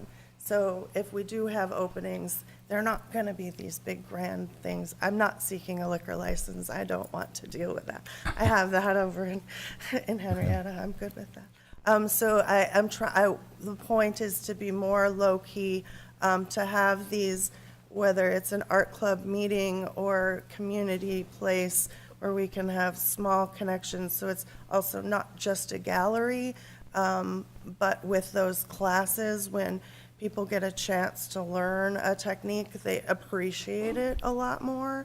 Sure. So that's as my selling more, that's my approach rather than Thank that. you. I think the concern just is, will 8 parking spots be sufficient for what you're envisioning? Yeah, That's the I'm question. not going to be having big events or big openings, and if I did have an opening, it's going to be a 4-hour where you'll have a rolling thing.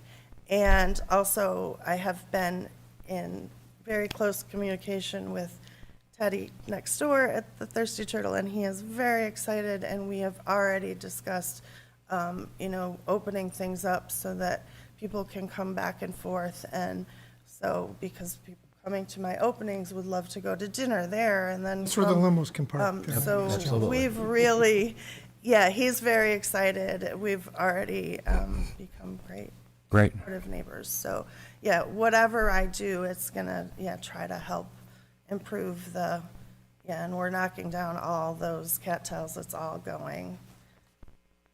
Thank you. It's all be cleared and it'll, Okay. Is this a candidate for like a special use element? I don't know if anybody can hear you, Scott. Is this project a candidate for special use permit or something along those lines to address these varied uses? A comment, we have review comments from Adam as well. That brief. You have to lean closer. I won't get you on the record. Sorry. Apologies. We do have a comment sheet from Adam, from the town. Okay. Speaking to that, and it's subject to site plan approval. He doesn't specifically call out a special use permit, Okay. but it's within the code that the planning board has the authority to grant that, called mixed use for in this instance. I can share that with you. Oh, that's okay. I guess I'm looking to Wes, see what Wes's comment is relative to that. I was going to defer to the code enforcement officer. We have a letter. We already got that. Does that seem reasonable to you? It does. Yep, it does. I'll take a minute. Let me look something up in the code. What are we in? We're in the commercial light industrial district?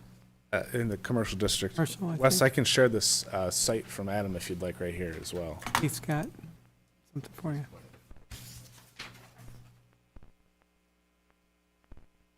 Oh, yeah, it is my opinion that the proposed use is allowed within the commercial district regs.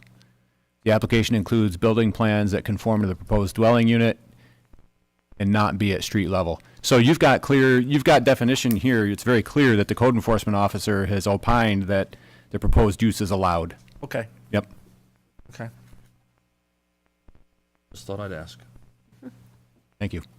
I had similar thoughts to what Joe was bringing up regarding parking and events and scale of the parcel versus what your intent is for display.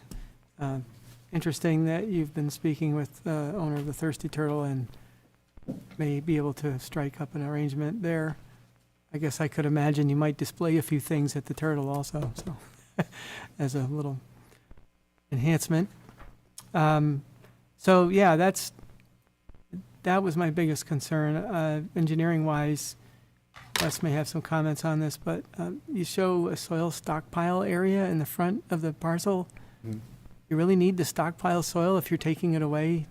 In other words, can they load it and take it away rather than? Yeah, taking up likely the they can remove that, yeah. We could Yeah, probably decrease that. It could be a staging area before it's removed. I can bring that to our engineers and have them address that. Mhm.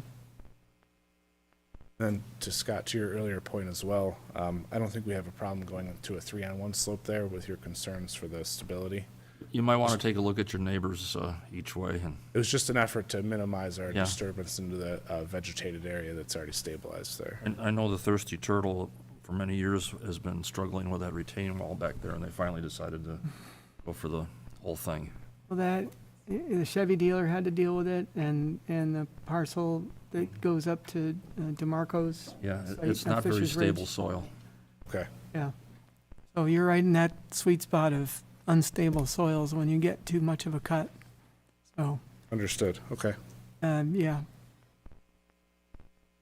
I understand wanting to retain as much of the tree line as possible, and it's certainly a commendable goal. But I guess the other question I had for Wes, perhaps, is front setbacks and parking. Are there any restrictions regarding that, or maybe codes? Yeah, I think there is, the parking area is proposed to encroach further into the required 80-foot front setback than the existing parking area. The planning board may reduce this setback. Code enforcement requests that the reduced parking setback distance be included or indicated on the site plan. So you have the ability to, rather than them seeking a waiver, the code gives the planning board the opportunity to, or rather than them seeking a variance, they have the opportunity to get your blessing. Yeah, okay.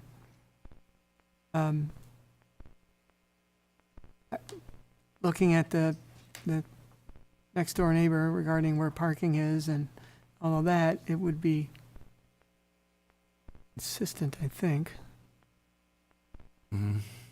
With some of the, I mean, not as much, I mean, this is closer to 96 than the Turtles parking, but I think they needed a variance too for theirs, at lower parking level. Yeah, I think so. Mhm. I mean, you're kind of limited to do much more than what you see there, Yeah. unless you knock into that hillside. Really, what's driving the use of the property is the limitation for parking. Mhm. There is, as it exists today, there are faded striping. Our proposed striping is very close to where it exists today.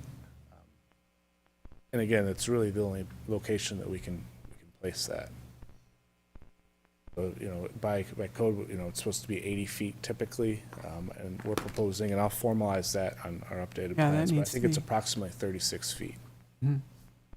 I was saying, it looked like you were cutting it in half. Our existing condition survey, on the first plan sheet shows that, yeah, it's much closer to the road than that Sure. would be for new construction. Okay. Wes, any other thoughts? Yes. Yeah, the applicant did get a copy of our comments. Quick question, I don't need to go over each and every one of the comments. Some of it's just cleaning up the site plan drawing itself. Yep. Could you talk a little bit about the refuse removal? Are you going to have a dumpster on site, or is it going to be like totes? That's a good question. Yeah. We're going to use totes Okay. for the property. It's our intent, in our site plan, we do show a proposed shed adjacent to the parking area. Our intent would be to have the totes stored inside the shed with some additional small lawn equipment and maintenance items. Okay. All right. Is there going to be any new building-mounted lighting proposed? The architecturals that were submitted didn't depict Okay. building-mounted lighting, but there will be building-mounted lighting at the entrance areas. It's kind of pedestrian-oriented building-mounted lighting. Correct. We do propose a single light pole to illuminate the parking lot. There was a comment that will be dark sky compliant. And Yeah, the only other thing that I wanted to bring up was the site grading. You guys have talked about that already in the back of the property.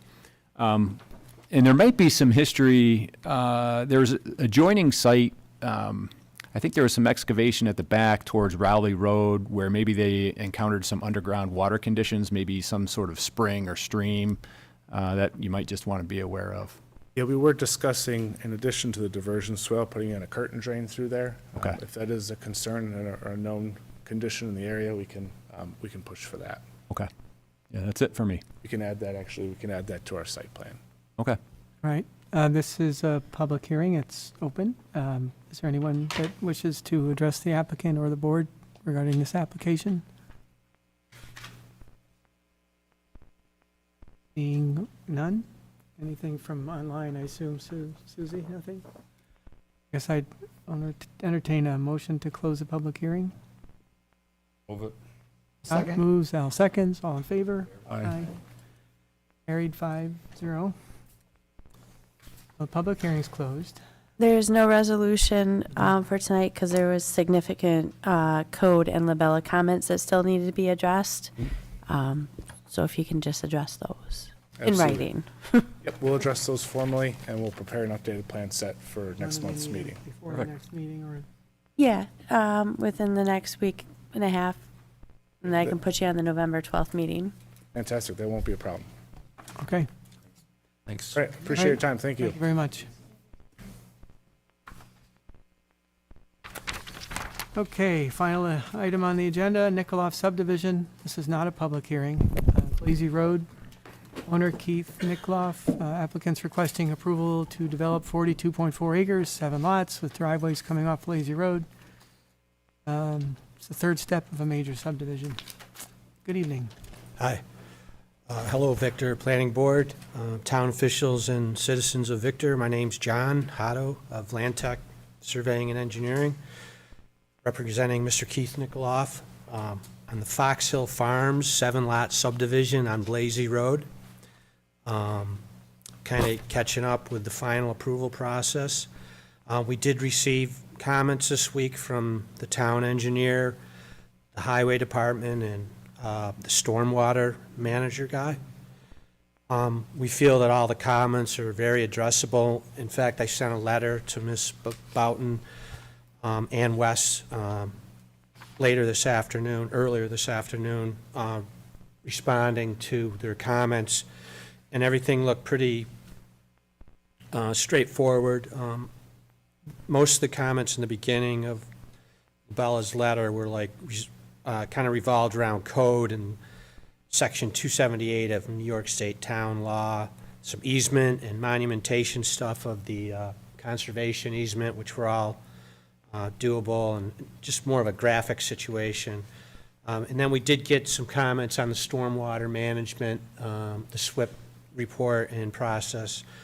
And what happened there was, as you know, we got infiltration testing done late spring, early summer, and we had to interject that data into the overall stormwater management design, and we're still trying to catch up with some of that, but it is all achievable and doable. We just have to collaborate with Labella to get the kinks and tweaks sorted out on that, and update the engineering report as well in coordination with that, because they're kind of tied together. But everything is achievable and doable. And there was some questions about runoff reduction values in the stormwater report, which can sometimes be a big deal, but we had quite a bit of freeboard on that, where the state has determined that existing wetlands cannot be used to as part of the reduction of runoff volume there. But like I said, we have some freeboard on that where we're going to still have runoff reduction minimum it will be achieved. So that seemed to be the big one. So that's where we're at. And I did, I don't know if anybody had a chance to review the letter. I also sent some updated plans with these initial graphic and town law things were addressed. Thank you.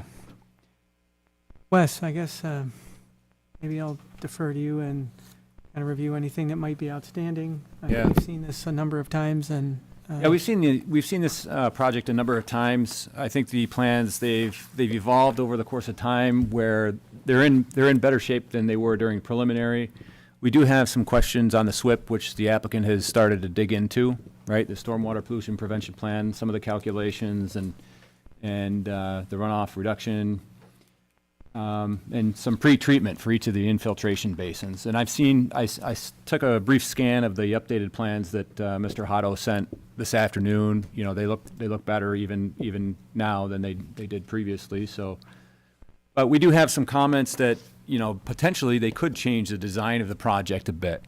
Probably not significant changes, but there could be some site changes based on some of the new information that the applicant's design professional provides at a later date. So I think the planning boards, you know, you have an opportunity, or I don't know if it's an opportunity, you have a choice as to whether you wanted to move forward with a conditional approval tonight, for which there is a draft resolution prepared.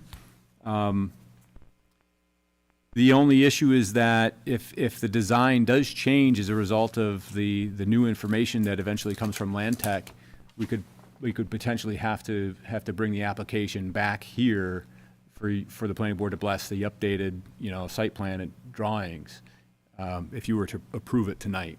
Otherwise, you could also hold off on your approval.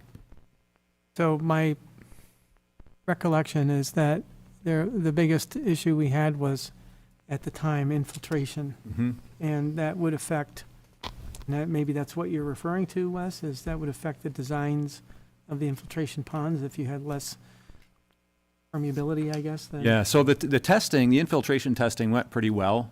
Mhm. You know, we understand that generally the soils, and it's somewhat surprising too, because you're not too far away from wetland, right? Yeah. But the soils, they did infiltrate reasonably well. It's just a matter of getting the stormwater details hammered out.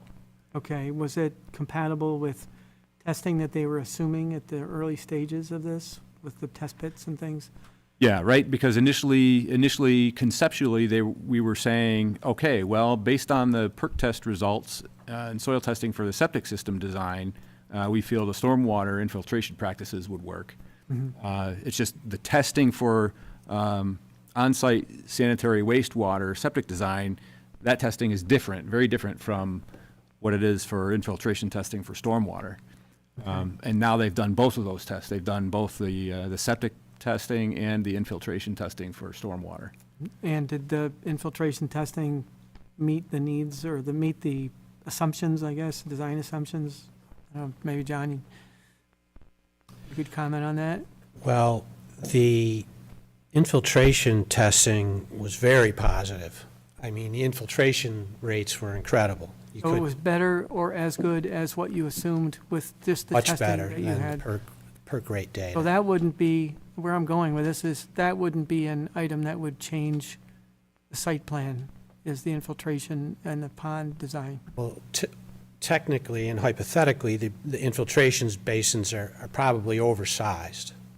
I mean, they could be reduced, we could squeeze them down, but the design of them, they're only basically 2 feet deep. You won't even be able to really differentiate from the original grades there. It's just water goes in there, it sits and infiltrates into the soil over time. But I'm not really, not really, I would just like some clarification on what the major hurdle is with the SWIP situation, so that we can focus on it and just answer these questions to the best of our ability. There were some discrepancies here and there, but fundamentally, I mean, as I mentioned before, this is the ideal way to handle stormwater management. And on 42 acres, there's really not that much runoff. I'm just speaking generally, but one of the difficult, I mean, there's so little runoff that it's hard to it's harder to even deal with the smaller amounts to a certain extent. But yeah, if we could focus on exactly what we need to clarify so that we can get this off the table and get some houses built, that would be great. But I think we've addressed every comment. I know there are some discrepancies in the SWIP and the NOI, because when we started the project, it was an older NOI, and the design regulations changed over the time of the approval process. So now we're into 2025 design guidelines, and now we have to do an E-NOI, which is the online form. That's a little bit different, and we're willing to do all of that stuff, but we're still trying to catch up with some of that minutia of the design guidelines from the state. So I don't see any other major hurdles. Wes, I guess what I'm trying to do is zero in on how much things could change and what would change, if anything. And the probability. Yeah, right. That's why I asked about the infiltration. I thought that was the thing that might change. Yeah. And then, looking at the plans, there's an 18-inch pipe that goes under the road right there. I'm assuming it's not changing with this project, and I'd have to also assume that whatever is going into it is no more than what was going into it prior. Yeah. Question for Mr. Maynard over there at the town table. By chance, were you able to, or have you talked with Will about any of the comments that Mary had on stormwater? And do you have any color you'd like to shed on this conversation? I have not, and I also have not seen the response to your guys' comments yet today. Okay, all right. Yeah, we just wondered if we could talk directly with Mary, or have a sit-down and just focus on where we Yeah, need to- that's possible. Yeah, we could definitely I mean, facilitate. we're totally something like open to that. I mean, we just want to wrap it up. I mean, Joe, one proposal, right? I mean, it's not uncommon that we would approve, right, based on satisfactory Right. meeting to town That's where I'm going. engineering Yeah. comments. Yeah. And if for some unforeseen reason, something dramatically changes, yeah, it might have to come back, but Sure. that shouldn't hold up Yeah, I mean, this to closure. Mr. Nikoloff, you've done a good job adjusting the site, answering our comments with John. I think you've gone a long way and I'm trying to be your advocate here at the moment, but I don't have a problem with what Al just referred to, and that is a conditional approval, trusting our engineers to be able to hammer out any fine details. Yeah, these are very technical comments yeah, that need right. to be addressed, right? Yeah. And it's not unusual for the planning board to Sure. say, get these technical comments addressed with the Yeah. town engineer, and you're good to go. And I'd be glad to move forward with that, and I want to hear anybody else that has comments. I got Joe? one less technical comment. Okay. I read the notes from the Conservation Board from October the 21st, and they recommend site-specific easement for Lot 7 so that they can continue some agricultural use. But they also recommend that the remaining lots be under natural resources, which are the most restrictive. And that makes sense for the southeast corner of Lot 1 where the wetlands are. And it makes sense for the northeast corner of Lot 5 where the wetlands are to put natural resources. It does not make sense for the north side, perhaps, of Lots 3 and 4. Open space is probably more appropriate so they can put lawns. But I think it does make sense to protect the wetlands on those two lots with the natural resources, and then go with the open space for the balance and site-specific for Lot 7. Can I respond? That's a good point. I believe these are the two lots here, 3 and 4, that you would say open space? Yes, Lot 1, the southeast corner of 1, and the northeast corner of 5, where the wetlands are noted on the map. Okay. I think those should probably be the natural resources. Everything else, open spaces and site-specific in 7. And about the Lot 7, Joe, I mean, a lot of that looks like it's wetlands. Yeah, no, there is wetland there as well. Yeah, right up towards Route 9, County Road 9. Oh, thank you, yep. Does the applicant have a preference for how these easements are sorted out? No. The type? Just to be clear, we've been farming that land that's considered wetlands for as long as we've owned them, and even before that. Okay. So I just wanted the ability to keep it under control, because this place goes crazy. And it gets as tall as me within 6 months, so I want to make sure it's nice, and the town would appreciate that too. You don't want things getting out of control. So that's why we were with the Conservation Board, and we kind of went along with what they thought. I wasn't concerned that they were overly restrictive, but if you want to change them to open resource, I'm all right with that too. Look to the board to make that It call. allows, it's woodland area, the open spaces allows them to use some of the space for lawns and Yeah, recreation right. and stuff, and I think that's probably appropriate. Okay. Yeah, those are good comments. Just as a note, when it comes to wetlands, you wouldn't need like Army Corps permit to do anything in the wetlands. Because I don't think our conservation easement covers that. Yeah, Just and want to cut, just to mow it. I Seasonally think- seasonally mustard, they said we could do that. Yeah, Conservation I Board think said- if it's in the wetland, you still need Army Corps to mow in the wetland, right? Yeah. You'd have to clarify with code. There's Yes, some, and to Lisa's point, code had concerns after the Conservation Board that we wanted to make sure the town was consistent with Army Corps and DEC and what they wanted. So perhaps if the area had a wetland on a official map. I want to keep it agricultural exempted. I want to let the farmers keep farming there. I mean, why do I want to take any more away? So that was my goal, and we'll certainly comply and follow up however you guys direct us. And thank you, Lisa, that was a good point. I don't want to, we've been farming it for so many years, I just wanted to give you a heads up that the Army, when it Yeah, comes to yeah. the wetlands, they You should trump us. talk to them, yes. Okay. And I guess the other thing for Mr. Nikoloff too, if, just to make sure you're okay if they do choose to go forward, that if there is a problem, that you would have to do a site plan amendment to come back here.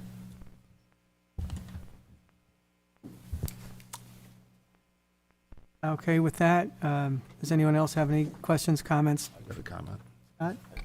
I just have 2 comments. My first comment is relative to the infiltration areas. Do we have a means by which they'll be preserved in those locations? In other words, what do we do to keep someone from putting a shed in the infiltration area? What are the Oh. So, techniques that we can employ for that? So one of LaBella's comments was stormwater facility maintenance agreement, and that is exactly what we did with, if you remember, Anderson Phase 1 on Strong Road. Those estate homes all have their own individual infiltration basin or rain garden, I can't remember which. But in any case, we had the applicant do one stormwater facilities maintenance agreement for the whole parcel, and just so similar to an easement, and then that gets filed at the county before they start selling lots. Okay. And my, my final question is really just a comment. I noticed how compact the site is, and we talked about that last time a little bit. I noticed that the wastewater systems, the leach fields are laid out on 10-foot centers. And I wondered why, that's a Monroe County requirement, the 10-foot, but in Ontario County, New York State DOH, you can go with 6 feet. So according to my math, you can reduce your leach fields by about 40% from what you see there. And if you want to go with 10 feet, I guess you can, but it seems like kind of a tight fit to me with everything else you got there. Okay, well, we could take a look at that. Yeah, we don't have any problem reducing it. Yeah, The 10-foot is actually helps the functionality of it over time, in my opinion. It's up to you. It's a Monroe County Health Department requirement, I know that. Or if you don't want a reservation area, but you show a reservation area and you show 10-foot centers, so you have a very generous area there for that purpose. But it doesn't seem like you have a lot of room. And you have some infiltration areas that are coming close to your leach fields, so I just throw that out there. That's not a requirement. They have to be It's just 50 feet from the basins, and I believe all of them are. Yeah. Just a comment. All right, thank you. Plus you have that expansion area on each one of those that would give you more flexibility with a shorter, even if you went down to 8. So, Tricia, any comments or questions? You haven't been part of this application for, so, all right.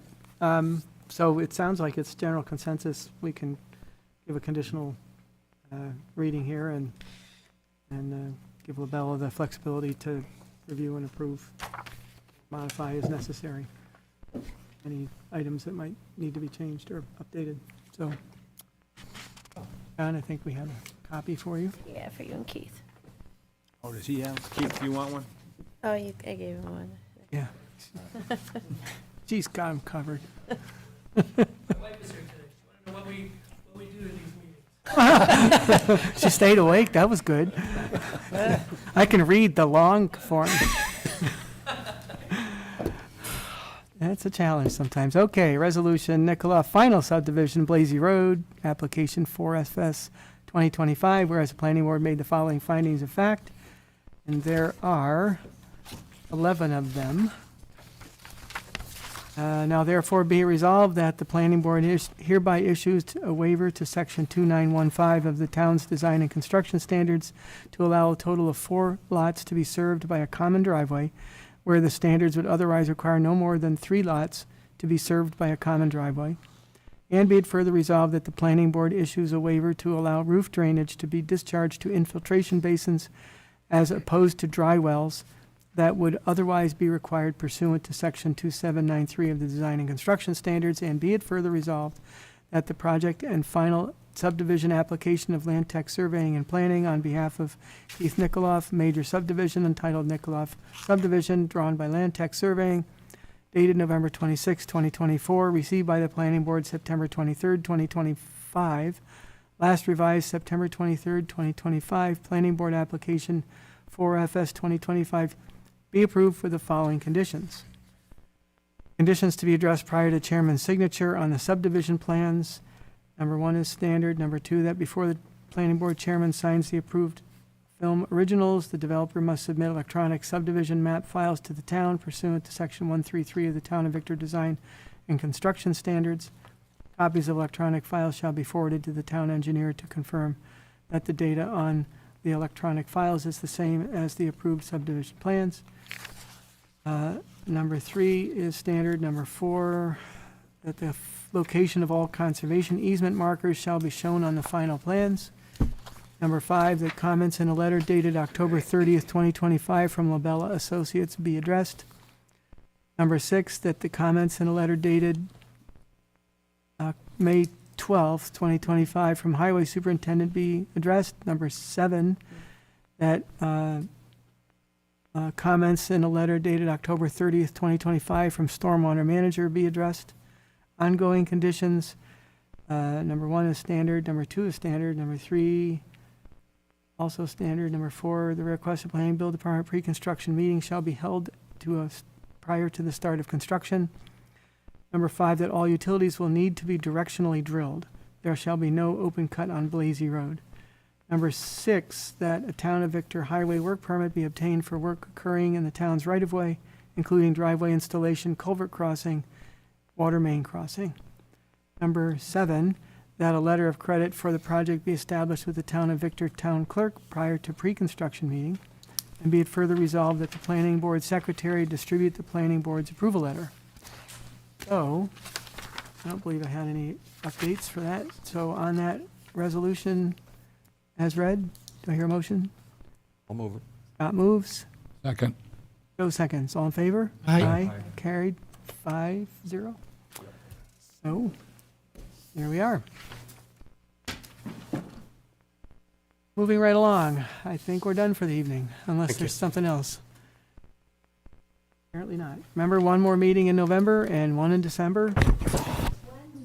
And it's it's the Wednesday, the 12th? Because we have. So many strange days. I know, it's Yeah. a holiday. Veterans Day. Yeah. Yeah, that's it.